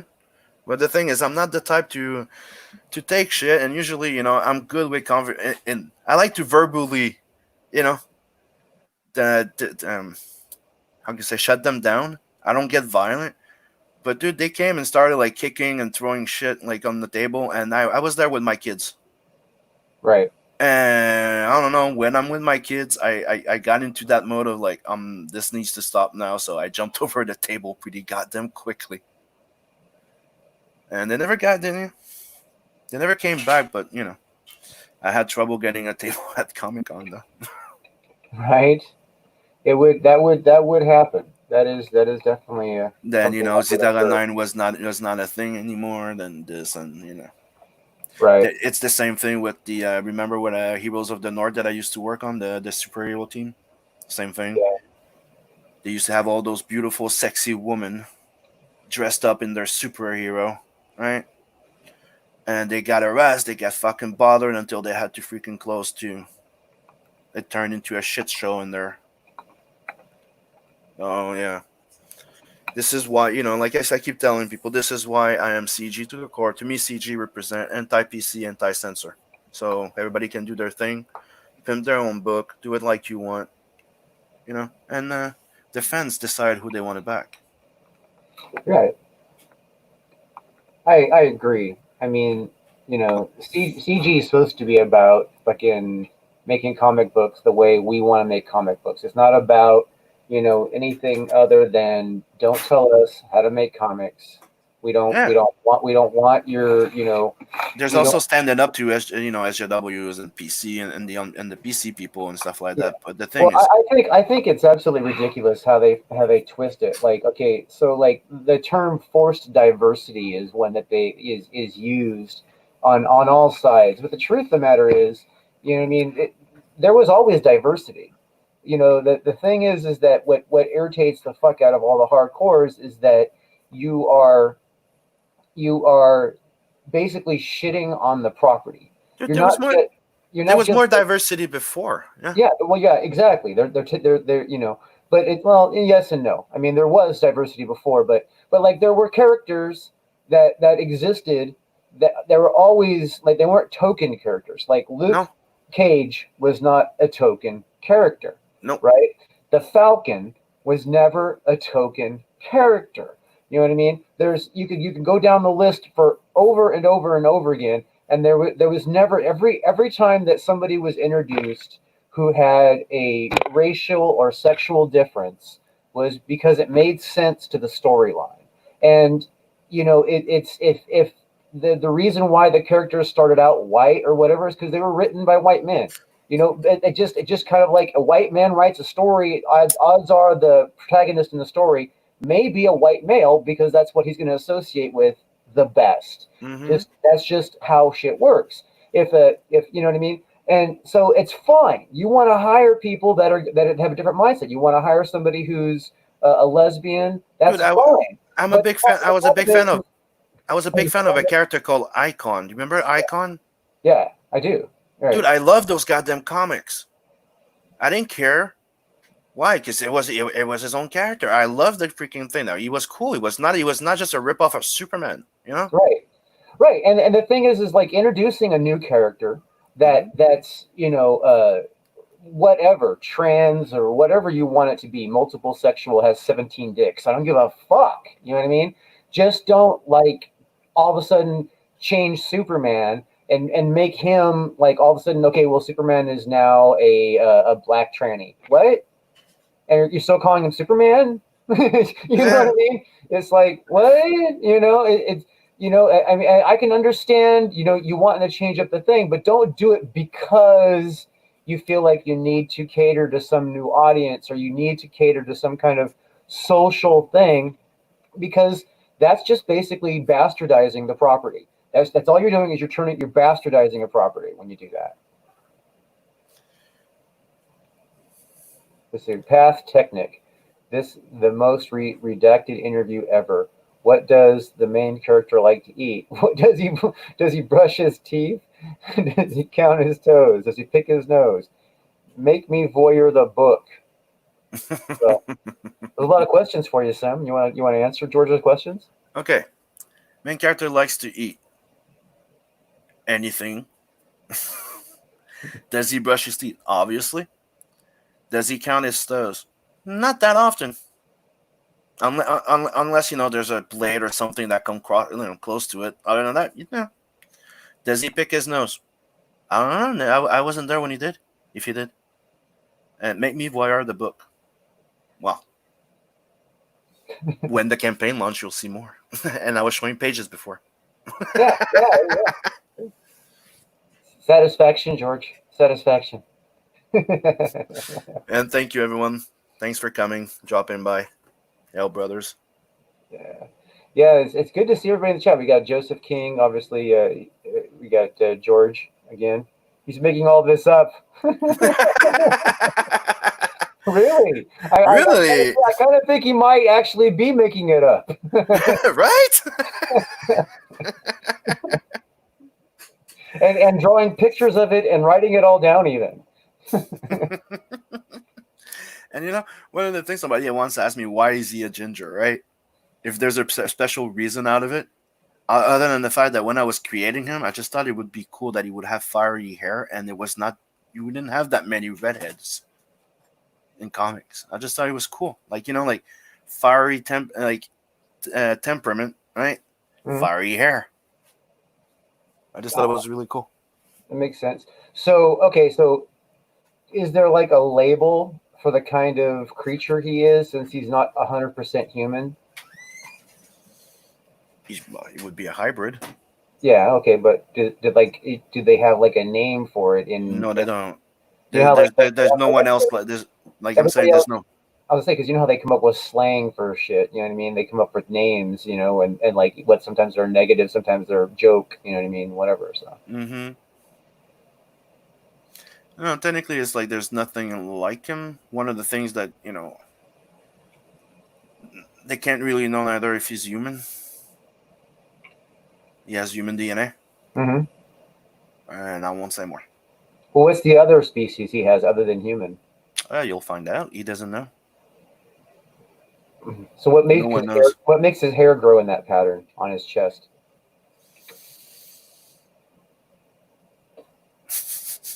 He does. Does he shave it that way? I thought you said he didn't shave it. As I said, he does. Oh, okay. So it's a mental thing.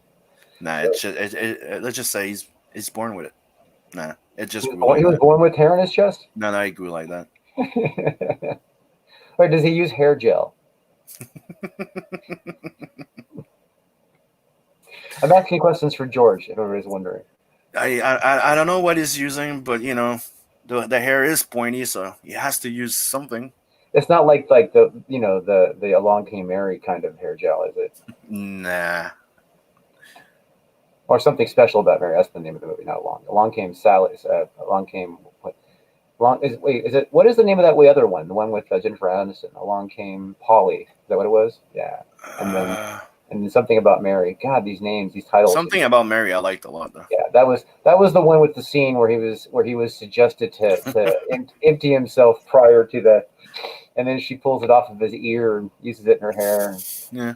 It's just that one was just a belly buster, man. That was just too funny. What is the plan for the most of these projects outside of IGG? I hope retail of some form. It is my end game. My end game is to be able to, get my book produced and be able to create an after campaign market down the road. Also, right now, I'm also shopping for a 3D printer because I'd like to be able to sculpt and print my figurines, make Warhammer type of figurines for my characters or statues. You should talk to George. He probably knows some good resources on that 3D printer thing. I mean, you're both in Canada, like near each other even. Mm-hmm. So. And I do have to admit, I would freaking love to be able to get my movies animated by Madhouse. Honestly, not the Merc. I would love to have it signed on by, animated by Madhouse, the ones that do all those great anime. Okay, so George was curious, obviously, about the Dippity Doo. He asked, "Is he Moose?" has been doing. And I'm the friend he's asking for.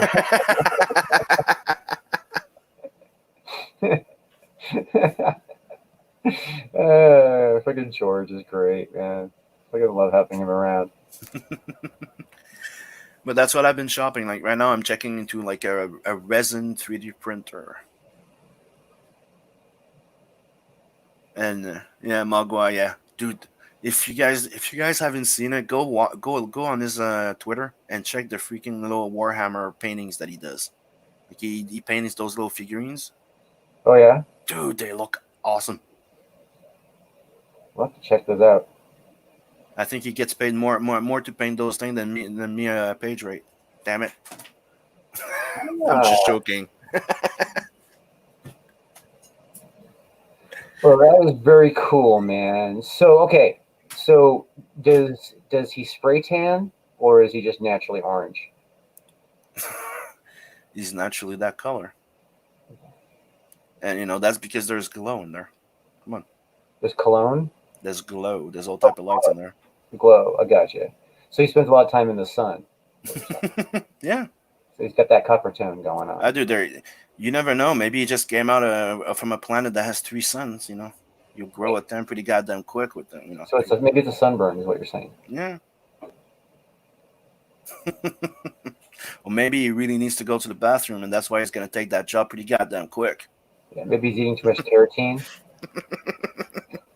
What's up, Doc? Let's see here. He's actually giving his price. It's about $100 per mini for the real good stuff. Sweet. Yeah, dude. It's really they're really, really freaking cool. Like when I'm gonna do I'm probably gonna get mine painted by him, just to tell you. Very cool. So what does he use? Does he use like acrylics or modeling paints? What does he use? I think he uses the actual specially crafted paints from moon rock or something. What the fuck? He paints them like they're like you would paint a prop from a movie. That's the type of paintings that he uses. Okay. Like so when he can hit a really metallic look, like he can hit those really nice like yellow reflection on a red scale skin. Like he actually goes that far. He's really good. See, he uses acrylics. Excellent. Very cool. I have to check that out. I have not seen that. I have to. I really like the dragon one with the dwarf on it because I might be biased. I like dwarves. DM me some links, man, so I don't have to go search for it. Give it to me. I don't want to go look for it. Right. I'm a lazy fuck. Yeah. So yeah, people, go sub to Tales From The Natverse. Yes, everybody, go and get on the mailing list. Let's get the right page up so you can reference that here. Because you also get the chance to buy the last original pages I did in 2013, all penciled, and 2 of them is the actual birth of Nat. The actual birth of Nat? Yeah, you see Nat being born he's in the vat. Yeah. Nat in the vat? Nat in the vat. Nat in the vat. How did I get the same one up twice? All right, let's pick the one I want up. Here we go, like that one. All right. Here it goes. Oh, there we go. Now, everyone, go and follow the link that I'm about to post in the chat, and go and give Sim your email so he can spam you with his updates.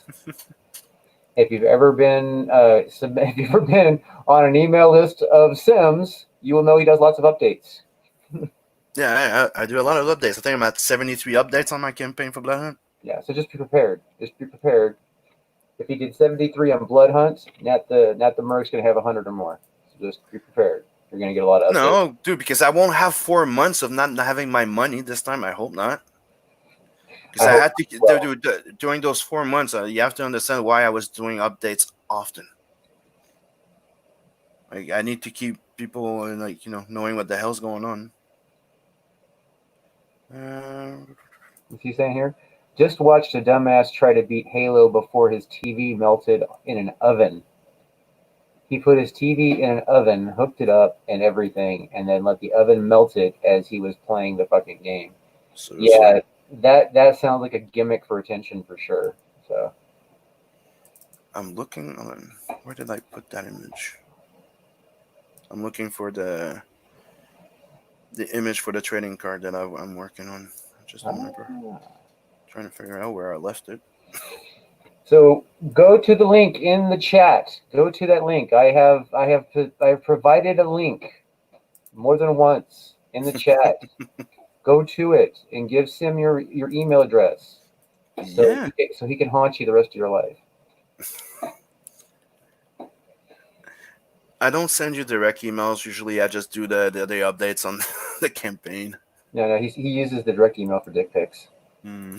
Dick pics. You think his chest is hairy?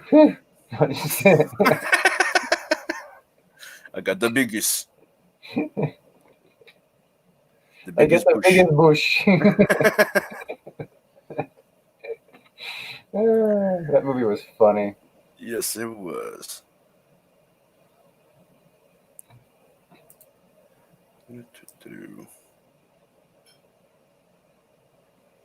I shall erase that man's penis.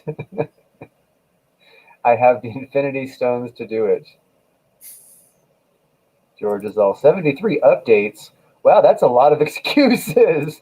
The dog ate my comic book pages. No, but there's also the fact that I kept people along to New Progress and people joining the team. But it's the first time that you hear somebody complaining about getting updates. Usually people complain that they're not getting any. Yeah, I just like blowing shit. Any opening I could find to blow shit, it's like, you know what, I take. Hail, Edward.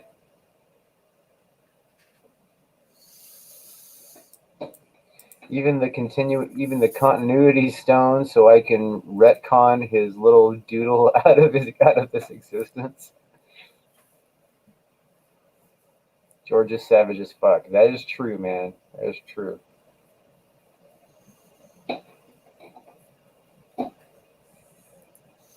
How are we doing? We're doing good, man. How are you doing, Edward? It's good to see you in the fucking chat, brother. So we're make sure you get on Sim's email list there. The links are in the chat. Scroll up, grab a link, click on it. Make sure you get your email to Sim over here on the Tales from the Natverse. It's going to be launching as soon as Bloodhail ships. He's going to launch this shit, and then he's going to want your money. Just so you know. I'm gonna make sure that you want that book.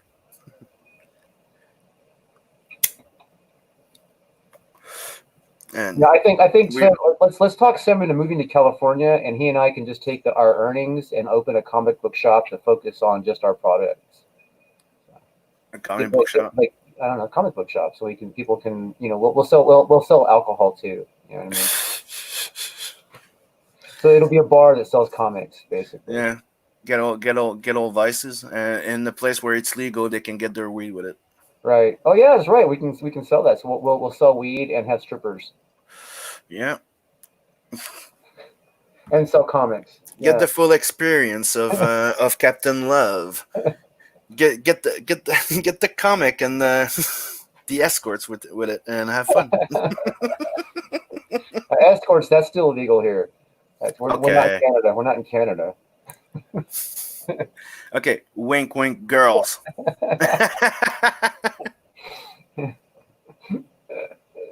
Wink, wink. So yeah, nudge. for people that are just joining in right now, we've been through the campaign. So if you want to go back, you're gonna be able to find the entire, pre-launch draft. I'm getting the fuck out of California, heading for the hills. All of California isn't commie land, man. You should check out the Central Valley. It's fucking very conservative here.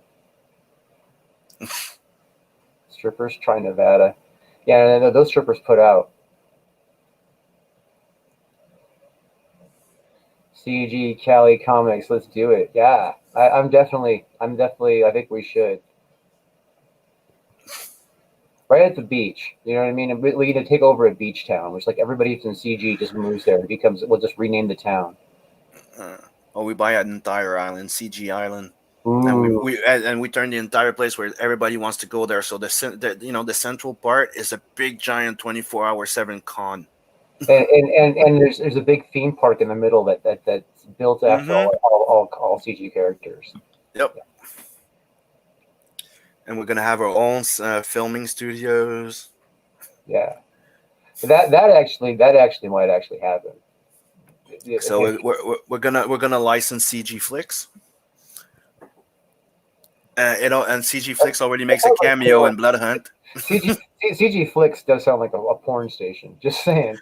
Dude, Vincent in one of the scene goes into his house, grabs the controller, and goes, "I'm gonna watch the new Cyberfrog animated series on CG Flicks." CG Flicks. Yeah, we have our own version of Netflix. Yeah, exactly. Our own version of everything because nobody wants us. We got Angela Purrofish in the house. Hail, great to see you. So glad you're here. She says. Mogwai Centurion says strippers in Tampa, Florida. Triple R says you're not the only. Oh wait, no, that's 2 Triple R. It says you're not the only one who's fashionably late, buddy. El Gargoyle says Northern California is cool, but it's a matter of time. We got Angela saying not all California is sucky. I agree, not all California is sucky. Some of it's shitty.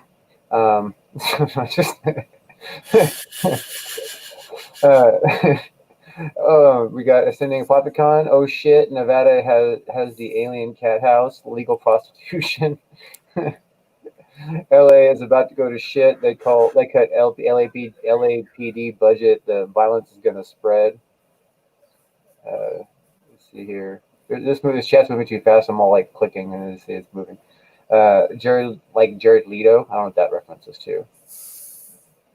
Shit. Now sweet Edward Ewok's been on the menu lately. It's LA and San Francisco that can drop onto the oceans.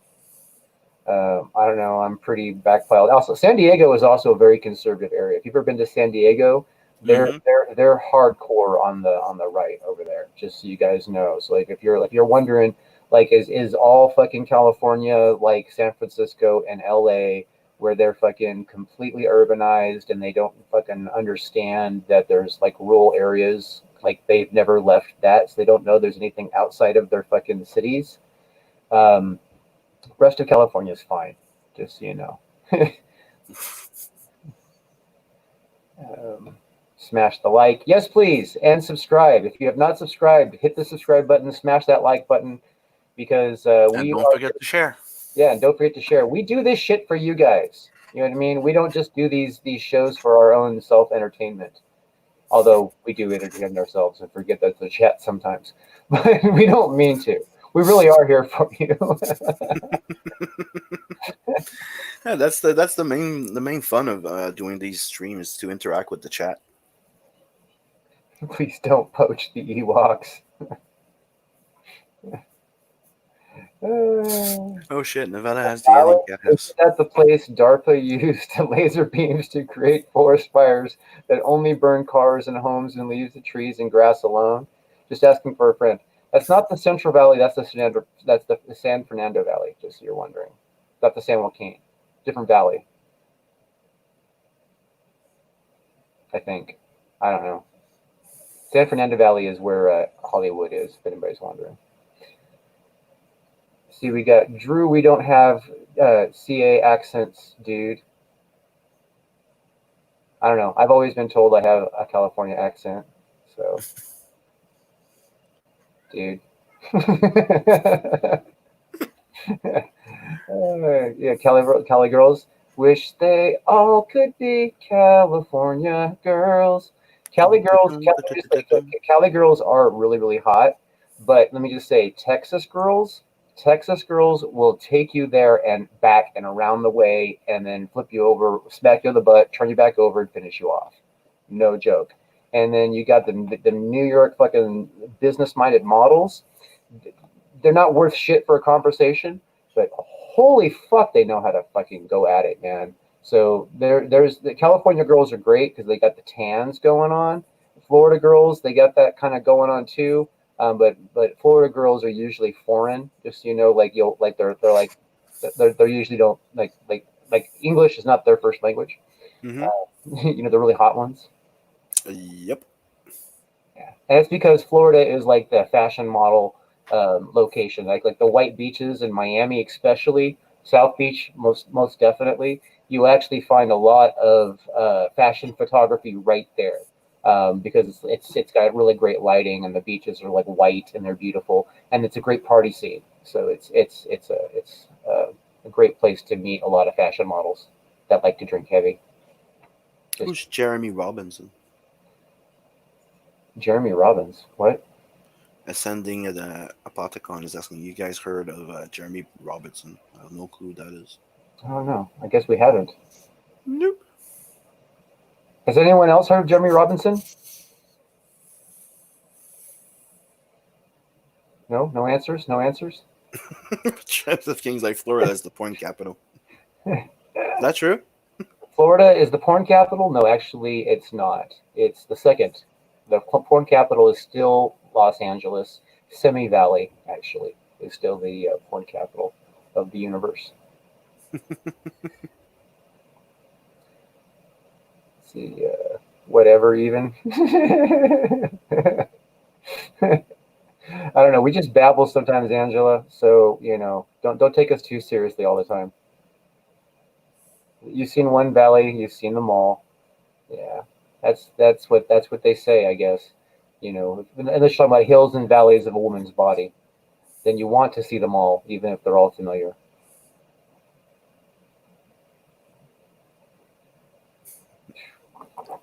Hell the Ace. Hell the Turtle Power. Hey. Let's see here. I'm having trouble catching up to everybody. We got Florida as the porn capital.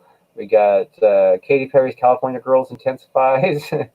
Yeah, she that whole Kissed a Girl and she liked it. That actually revolutionized music. Just so you know, that song actually like revolutionized like sexual liberation with women in music to a large degree.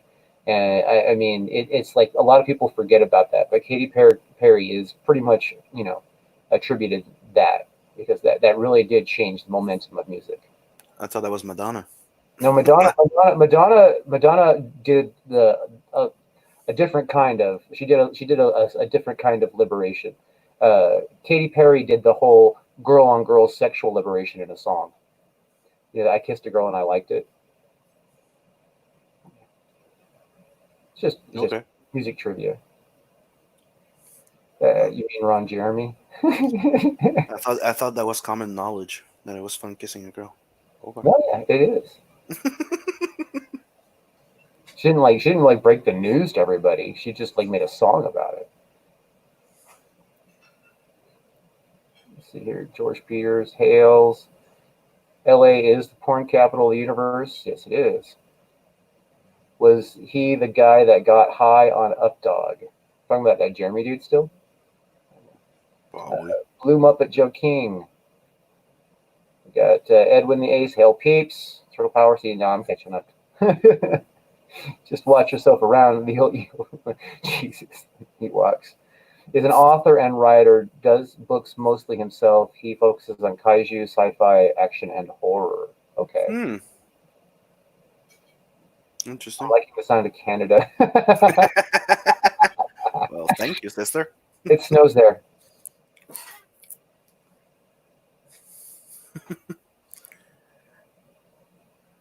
See, Edwin the Ace said it. Madonna is the pioneer in that field. Yeah. I thought she did do those one on the kiss thing with girls and stuff. She was the pioneer of sexual liberation because she did the Like a Virgin. Yeah, but "Kissed a Girl and I Liked It" was the first top 10 pop song that dealt with the subject matter. Well, yeah, but I mean, Madonna wasn't Madonna like I might be mistaken here, but I thought she was one of the first bisexual out. No, she wasn't one of the first actually. That happened all in the '60s, but she was she was the first one to make an exploitation book and album combo. What was that called? The black and white one. Truth or Dare. Okay. Yeah. That's where she broke her ground on that. But it was mostly like multiple guys more than it was girl on girl. So she liked to have lots of men take advantage of her all at the same time. And she liked to watch men share each other, which was kind of gross in my mind. But some girls dig that. Let's see here. What that is an old song. I guess we're catching up here. I'm way behind. I'm just gonna skip ahead. I'm sorry if I'm skipping under your guys' shit here. All right, so a grill. I thought it was a comet with an east-west trajectory. May the pizza be with you blessed is the holy pepperoni, the hallowed cheese, and the sacred crust. In the name of the turtle power, amen. Yes, we will overrule the Church of Chungus. The fat and greedy one versus the brothers. The fat Bugs Bunny. Why doesn't COCK really stand for Coalition of Capitalist Kings?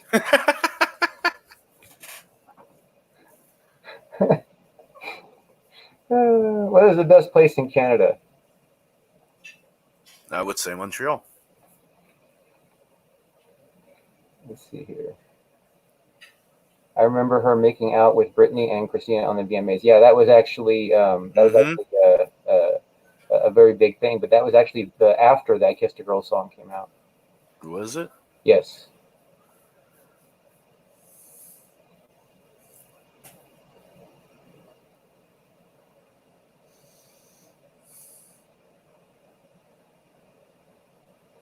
I appreciate that. If you go back to Captain Love, of course. Speaking of bugs, I see the nonsense about Elmer Fudd. Now, is that the thing about the gun being swapped out in the cartoons because they don't want to show the gun and they like switched it up with a fucking a sickle or some shit? Seriously? I think so. No, I haven't heard about it. I've been a bit off social medias in the last few weeks trying to get some work done and getting the fulfillment stuff book printed. The Church of Chungus Knights will rule. Beware the mighty cock.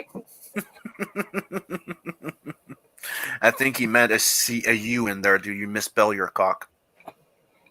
You misspelled your cock, man. You misspelled it. Oh, my Lord. Check your DM, Drew. All right. Ah, get out of my face, cat. Let's see here. Oh, I have a photo here. Ooh. Okay, well, we're going to share that because that's badass. Let's see here. Wait, let's make sure I've. Wow.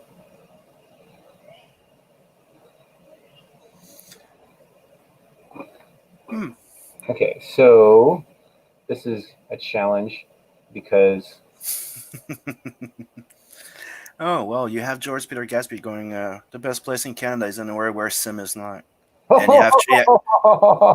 you have Triple R going, oh, snap.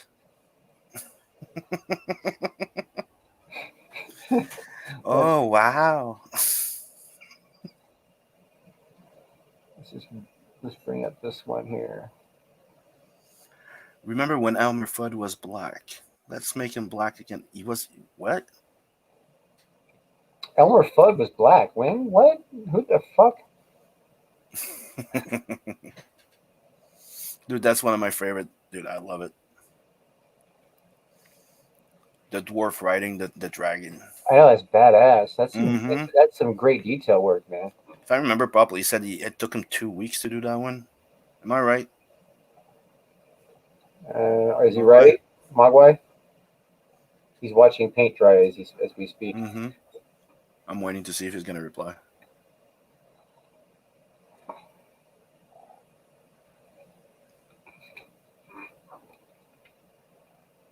OG Fudd was black. Oh, I'll check that. Yeah, see, yeah, about 2 weeks. Because he has to put it's layer by layer, so he has to put like a layer of yellow, right?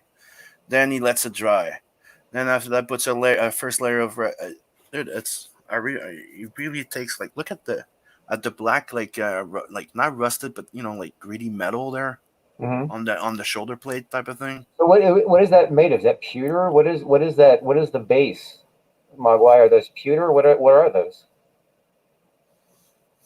Those are Warhammer stuff. So I'm guessing they're made out of. Are they metal? What are they? No, I don't think they're metal. I think they're like not silicone, but resin or type of plastic. Plastic injected. There you go.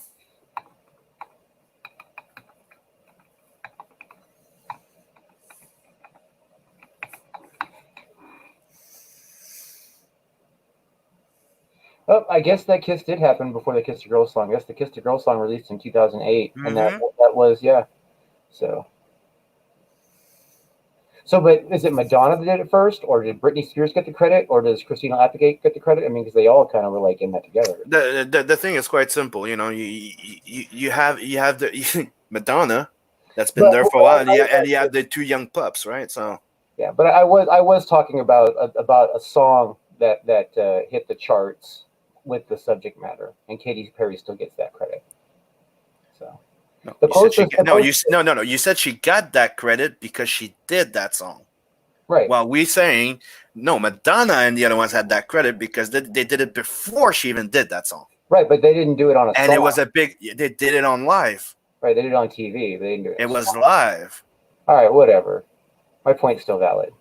And it got a lot of people excited. That's why everybody freaking remembers it. I'll even back up the controversy. When I back up the controversy, we go to Melissa Etheridge, which is all like her "Come to My Window." That was the first big like lesbian song. But what about Tracy Chapman?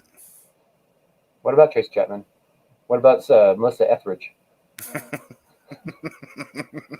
What about let's see. I think we go on forever. Let's stop. That's just a rabbit hole we don't want to go down. What about them? It was great music. Let's move along. Plastic injected. Ah, okay. Or resin. Okay. Ah. The dude who has Blade Devil in his PFP. PFP? What's PFP? I don't know. I'm missing what he's talking about here. I was trying to see if there was an earlier reference to something.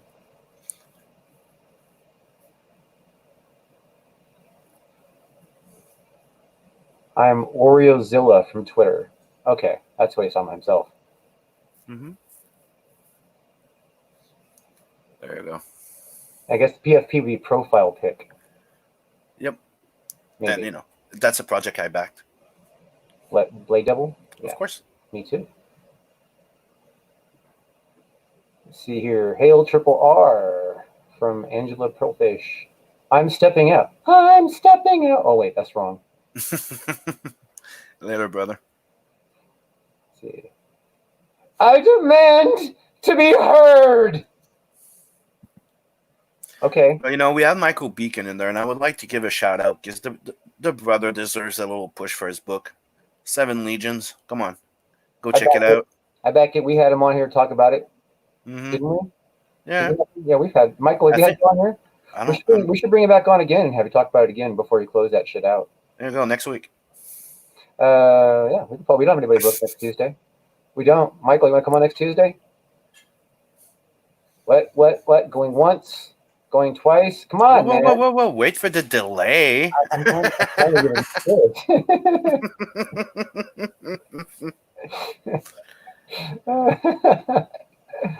him profile picture, yeah, PF.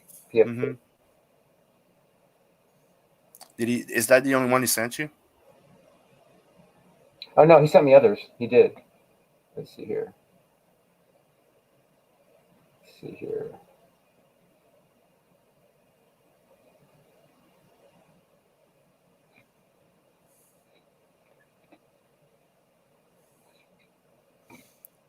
That's freaking sweet.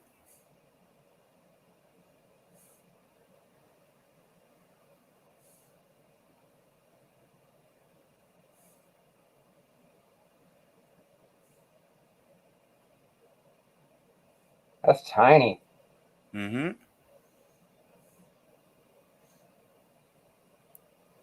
And look at the texture on the fang. Like, it looks so good. Yeah. He does a great job. That dude's horny. Just saying. Yeah, it's spiky. Yeah, there's a few cats here. Just I want pizza too, actually. Anyone high? Yeah, everyone's high. Nope. You're not high, Sim? That's rare. Nope. Why aren't you smoking? Because I don't smoke all the time. The fuck. I also don't smoke cigarettes. So, you know, you don't hear my, not because you hear my bick, it means that I smoke. I'm getting high. Fine. Just me then. You're all nerds. Who wants to touch me? Okay, I can't reach you from here, dude. I want to hear your body. No. Your heart's feel next to mine. No. Samantha Fox. Come on. She was one of the pioneers too, dude. Remember how the scandal just because she had fucking ripped jeans on the lower bottom of her ass? Samantha Fox was a nude model that broke into. They were trying to get her to post nude, and she did, but that's when the scandal broke. But it was a scandal before because she had those jeans with the cut under the butt. You know, she had like all those little weird out cuts there on the jeans. Wait, wasn't she a model that got a recording contract? I mean, I thought she was nude before. No, she was a model. She got the recording contract, and Playboy were offering her a lot of money, and then she posed. Everybody wanted to see her boobs, and she did it, and it went like huge, and she had great tits. Amazing. They were quite nice. Yeah, like Elvira. Wow, dude. Elvira, what is it? Patty Patterson or something like that. Her name is. Dude, she's hotter without the wig. She's a redhead, and see now, Ascending Apothecon's assuming that Testify is a man. Just because he has a deep voice does not mean that he's a man. Have you seen his penis? No one did. I don't even think he did.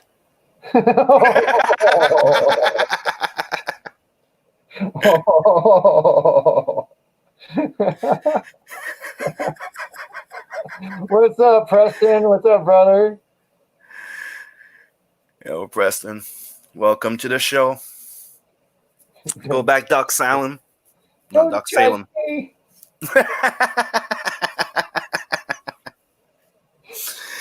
Go back, Doc Salem. And, 2021 crossover. You will not want to miss that neither.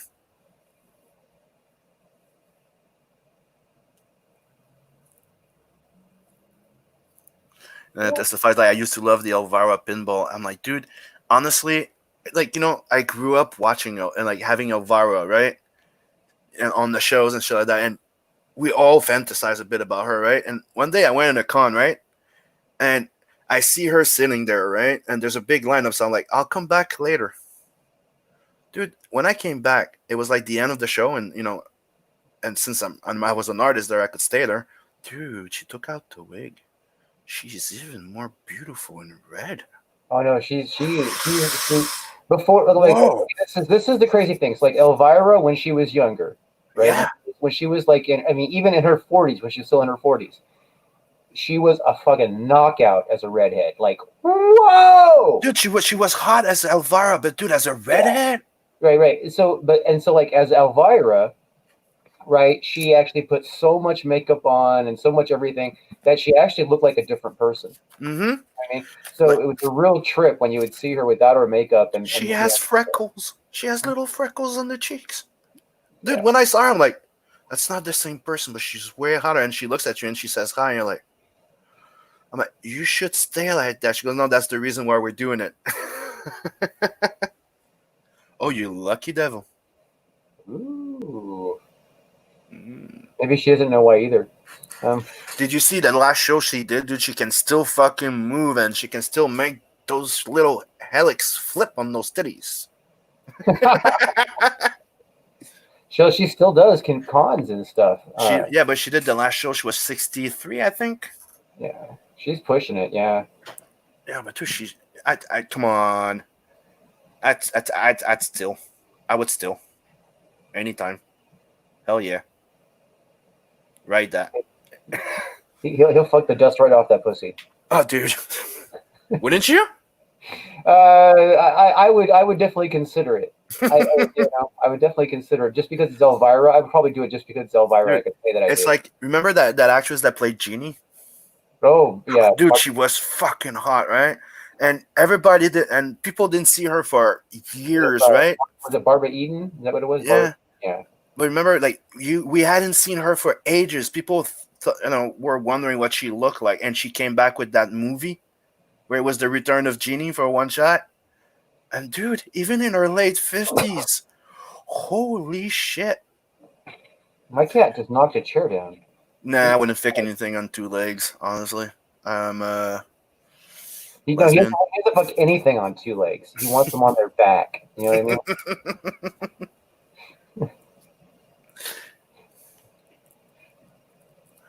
I mean? Having two legs is it's not the only requirement.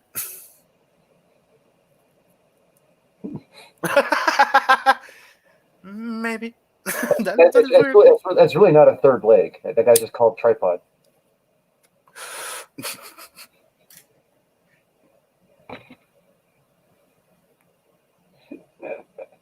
Hell, what a crazy night this has been. How old is she now? Elvira, how old is she? She's 67 now, isn't she? Well, it's easy to find out.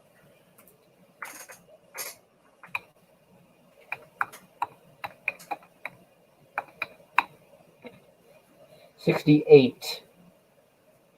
Holy shit, she's 68 now. Uh-huh.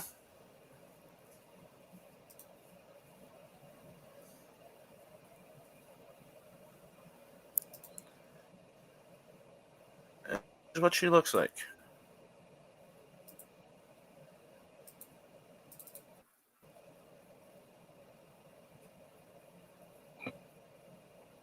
I already was pulling it up, but okay. You want to use your screen?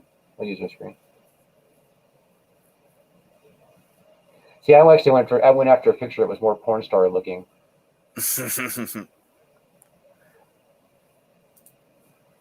In costume now, so she hides her skin, her nice little skin. And here's what she looked like a bit more before too. This is her natural, and this is her as Elvira. Dude, she's way prettier than Ginger. Well, that's because it depends if you're into that fucking white pale goth thing, you know what I mean, or not. If you're into that natural girl look, then yeah, you know what I mean. Hell yeah. If you're into the goth look, then you're gonna want the Elvira with the black hair and. Yeah, I got that thing for that, that country girl type of look. I don't know. I have a thing for the fresh face thing myself. There's something about that whole fresh face look that just I don't know. maybe because I've had so many dirty girls. You know what I mean? I don't mean dirty like they're unclean. I mean dirty like they're naughty. So, being a filthy zillennial, I've missed out on a ton of good shiz. Yeah. Oh, dude, she was awesome. And she was funny. That's the thing that was fun. Like, her little skits that she used to put. So the skits are hilarious. In fact, she still does them. And there was one that they did recently, like this last Halloween. I think they put one out. Mm-hmm. What do you have against country girls, Sam? I don't have it against. I say I like them. He wants to put it against country girls. Don't you? I have a weakness for those type of. I like those little country girls. Come on, you pervs! You don't have standards. And as I find as I get older, my standards do get slimmer. You know, there's something you see in our, I don't know. It's hard to explain. It's explained. It's hard to explain. It's hard to explain why I like those type of country girls. I don't know. Sim screws the little hole in his wall. Okay. The rat hole? That's not safe. There's no holes in my wall. Is that a thing in the States? No. Not that I know of. Maybe it's a thing with Testify. Testify, is that a thing for you? Is that a thing you do, buddy? That's probably why his icon is a bit upside down. It should be the other one because it's a peephole. Get it? Ah, I got you. Yeah. So let's just not hear that he frequents the airport. Then we'll know what's up.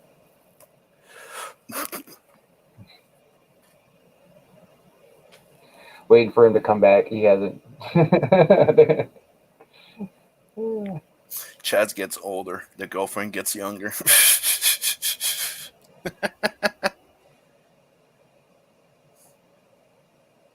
Yeah. Yeah. Being able to pull young girls becomes like an ego thing as you get older. It didn't matter so much. Like, it's so funny. When I was 18, I wanted girls like 25, 26. You know what I mean? And then the girls that were like in their early 30s were real fun because they did all the naughty stuff. And then as I got older, I wanted the girls to get younger. Dude, I had one girlfriend that was maybe 10 years younger than me once. And that was enough. No. No, I'm done. We're getting threats from the Ascending Apothecon. I'm telling you, it's never been my thing. I don't know. It's You never into MILFs? MILFs? Dude, girls my age, not too, I don't mind. MILFs starts at 20, 21. Nowadays. Yeah, nowadays. Yeah, they can start at 60 nowadays. I think my problem is the mentality, dude. I couldn't be with somebody that would get on my nerves, or dude, it's a difference of I don't go out. No, we're not talking about marrying them. We're talking about hit and quit. Yeah. Let your dick and walk away afterwards. It's like I don't need that to make me feel like I'm here's a cab fare. Get the fuck out. That's not what I'm looking for. Oh, okay. Well, I prefer it that way because then. Let's just say that I had a lot of fun. The mother of my kid was bisexual, so I had a lot of fun. So all I want is just No, those are the fun kind of women. Bisexual women that like to share. Those are really fun. I agree. Those are really fun women. Like I had fun. Like like I said before, I got crucified. I know what it is. It's fun. The thing is, I had my fun. I had my parties. Now I'm in the mode where I've been raising my kids, working and doing comics. But eventually, I'll meet somebody I'll go along with, and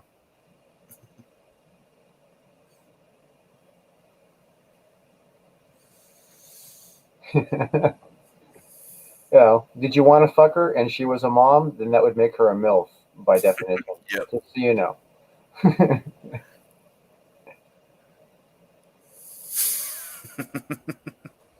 No, but dude, it's something that I've learned a long time ago, and it's one of the things that you learn from, if you listen to elders and, like they say, you learn from history, right? They all told me to get it out of your system. Go out, have fun, get it out of your system, because the day that you'll have kids or you'll settle up to want your career and say that I'm going to invest 10 years of my goddamn life to make my dream come true, you won't have any regret. You won't have any, so I that's what I did. I did my partying. I did my clubbing. I did my fun little sexual adventures. And it's something that everybody should do. Get it out of your system, because after that, you notice that a lot of couples break up because of that shit. They don't have experience. What I've seen is a little different than that. What I've seen is like the couples that that fall in love and don't experience anything outside of the relationship tend to stick together more often than not because they don't know what they're missing. It's those people who know what they're missing and not getting it that just destroys a relationship. It depends what your ultimate goal is, buddy. Yeah. Well, if you're not getting what you want in a relationship and you know what you're missing. Me, the way I see it is I tried both and I made my decision. And you chose women? Of course I choose women. What I'm trying to say is the fact that, the type of relationships. I was just giving you shit, dude. I know. It's okay. Dude, you know me better than that. I know you're pretty good, yeah. Wait. Joe King. He said Joseph King says it's different. It's funny how we got a Joseph King and a Joe King with George. That's kind of weird. That's gonna be awkward when Joe King comes out and we're pushing that campaign. But that we should probably bring Slaughter Squad on just to have that confusion live. How does he know that I only use my left hand? Is he jealous? No, he figured that out from your Nat the Mer character with the left arm, with the left hand. I mean, obviously, he magically turns that into a pussy once in a while when he's masturbating, right? Okay. Oh, he's a fan of Joe King at DC. It would seem. Or does he mean the blue the blue Muppet Joe King? Blue Muppet Joe King, I think. Oh no, it isn't precise. Versus Joseph King, Electric Boogaloo.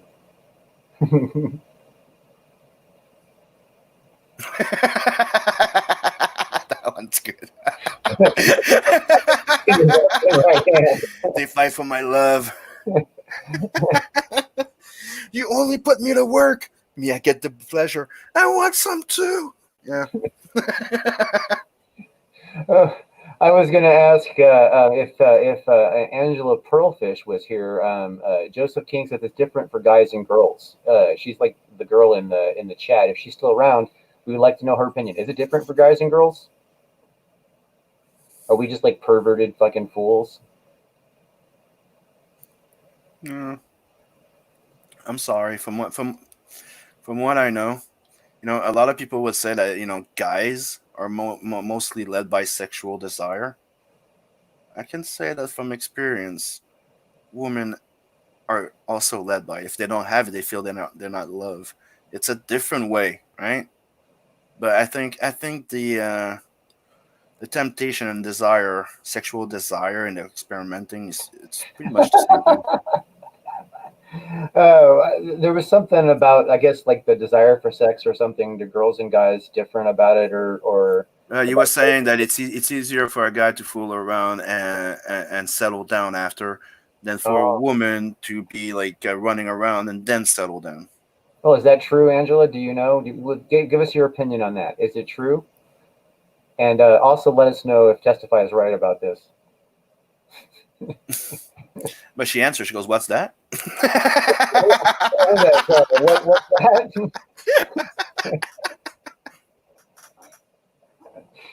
that? He means the rooster. As long as it's not the red one. Right. Just the red tip, like like lipstick. You know that's a lie, right? It's not.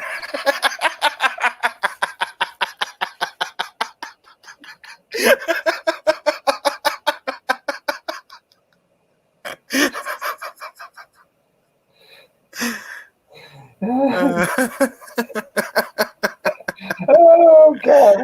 Why did we get so far off topic? I don't know. That's what happens sometimes when we follow the chat. Hail the chat! Hail the chat! Hail the chat! We need to start doing some more just hangout streams where we're fucking just hanging out with the chat. I seriously, I do kind of prefer doing that sometimes. Yeah. I mean, it's nice to have a format. It's more fun to hang out with the chat when there's actually a chat. You know what I mean? It's like when there's just two people in the chat. It's not as fun. it's still fun. So like when there's just two of you, don't everybody leave.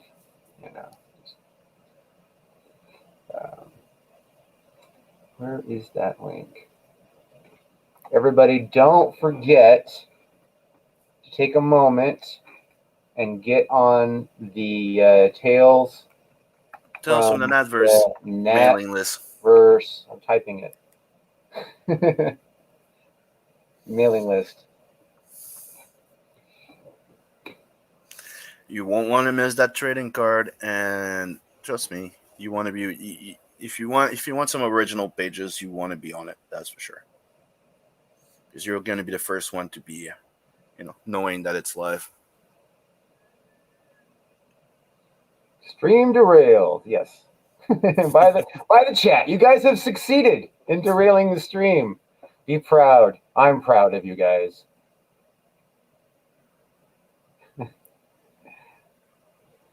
Let me sell you a car.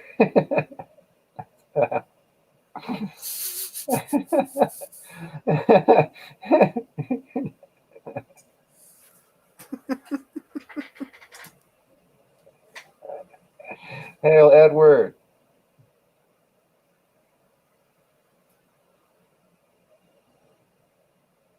Yeah, he's on the list. Sweet. Oh, fun times.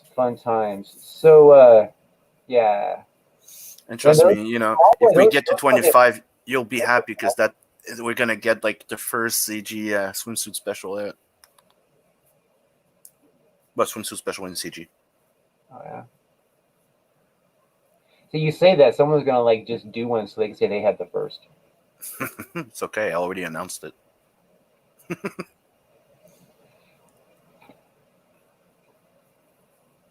Well, they announced the what was it, the Sasquatch crossover a long time ago, and then no one's actually done one yet. You know what I mean? No one's actually come out with one. Yeah, I'm so starting. I'm starting. Enough. You got to actually execute. So let's see if we're gonna get that crossover before the 2021 Bloodline and Doc Salem. I know, which is going to be the first crossover? Is it going to be the one with Doc Alpha, Doc Salem, and Six Gun Gorilla, or will it be the Doc Alpha and Blood Hunt one, or what? What will be the first CG crossover to successfully happen? I don't know. I know that Captain Love and Nat had their first crossover sketch card. Yes, we did. That was awesome. And and we probably will have a crossover in our universes as soon as we fucking can square off the time and figure out how we want to work that crossover. But yeah, there's a Ben from Outlaw Nights that wants to do one too. You should think about it too with him. That could be interesting too. Yeah, his pirates and my pirates are very different. Yeah, so making those worlds collide would be interesting. Like how to make that happen. It would be like a Bizarro type of thing. Like it's similar but very different. Well, you guys coming to the Natverse would be very fucking different. What would be funny is like Captain Love goes to the Natverse and it's like fucking awkward as fuck, and then they get magic to try and send him home because they use magic to bring him there, right? Mm-hmm. And then they send him home, but they miss and they send him to fucking Ben's fucking. Yeah. Yeah, you should have one of those loony like teleporter. And then Nat has to go with him, right? So Nat goes with him, and then to fucking Ben's fucking crazy ass fucking universe, and then they have to figure out how to get to the right one. Yeah, that would be an interesting story because you could do all kinds of just fun shit in the mix.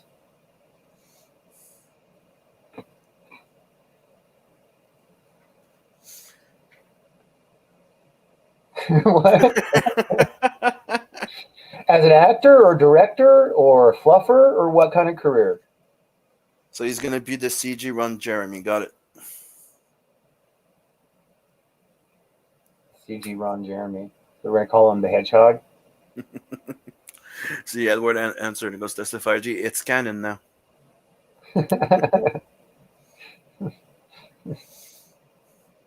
That's funny. Who's Chuck Tingle?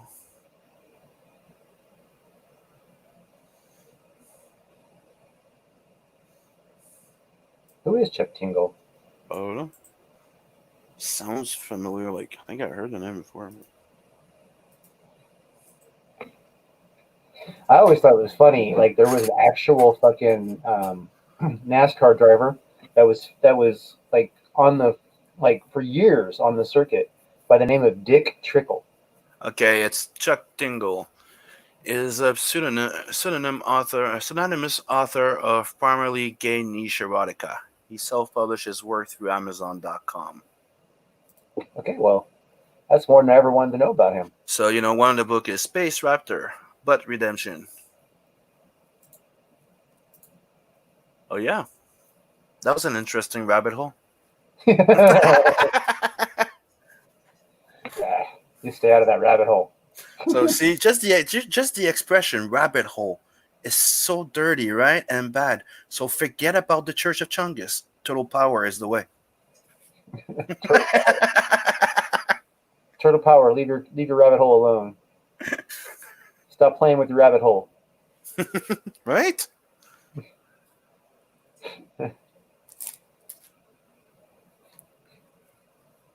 It's fucked up that you would know how fucked up his books are. That's the Mogwai. You kind of give yourself up a little bit there. And testify like don't Google Chuck Dingo. I did. Too late.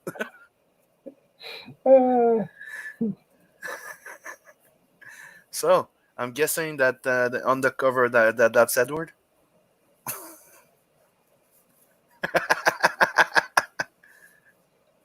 Oof. Oh yeah. So we're getting to the reach of 2:30, buddy. Yeah, we should probably go ahead and call that a stream. It's been it's just been fun. I just got like all crazy. I'm gonna go eat my steak. See, that sounds gross too.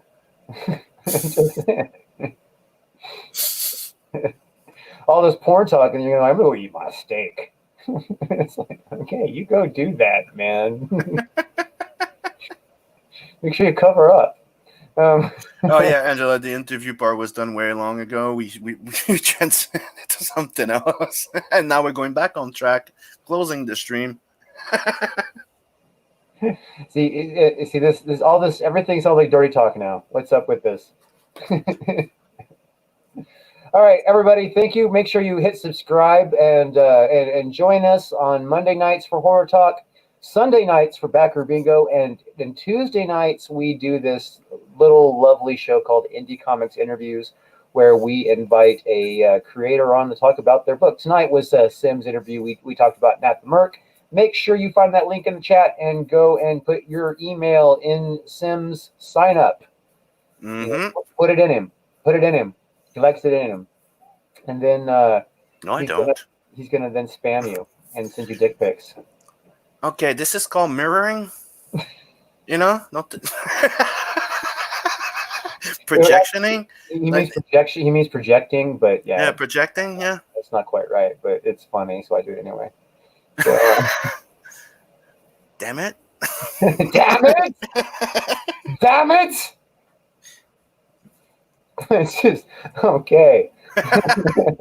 There's no incident with the hands. No incident with a hand battle. All right, everyone, please like, subscribe, ring the notification bell so that you will know when we go back alive. Because we want to have more fun like this. This has been a lot of fun. Thank you for coming and hanging out with us. We want to do this more often.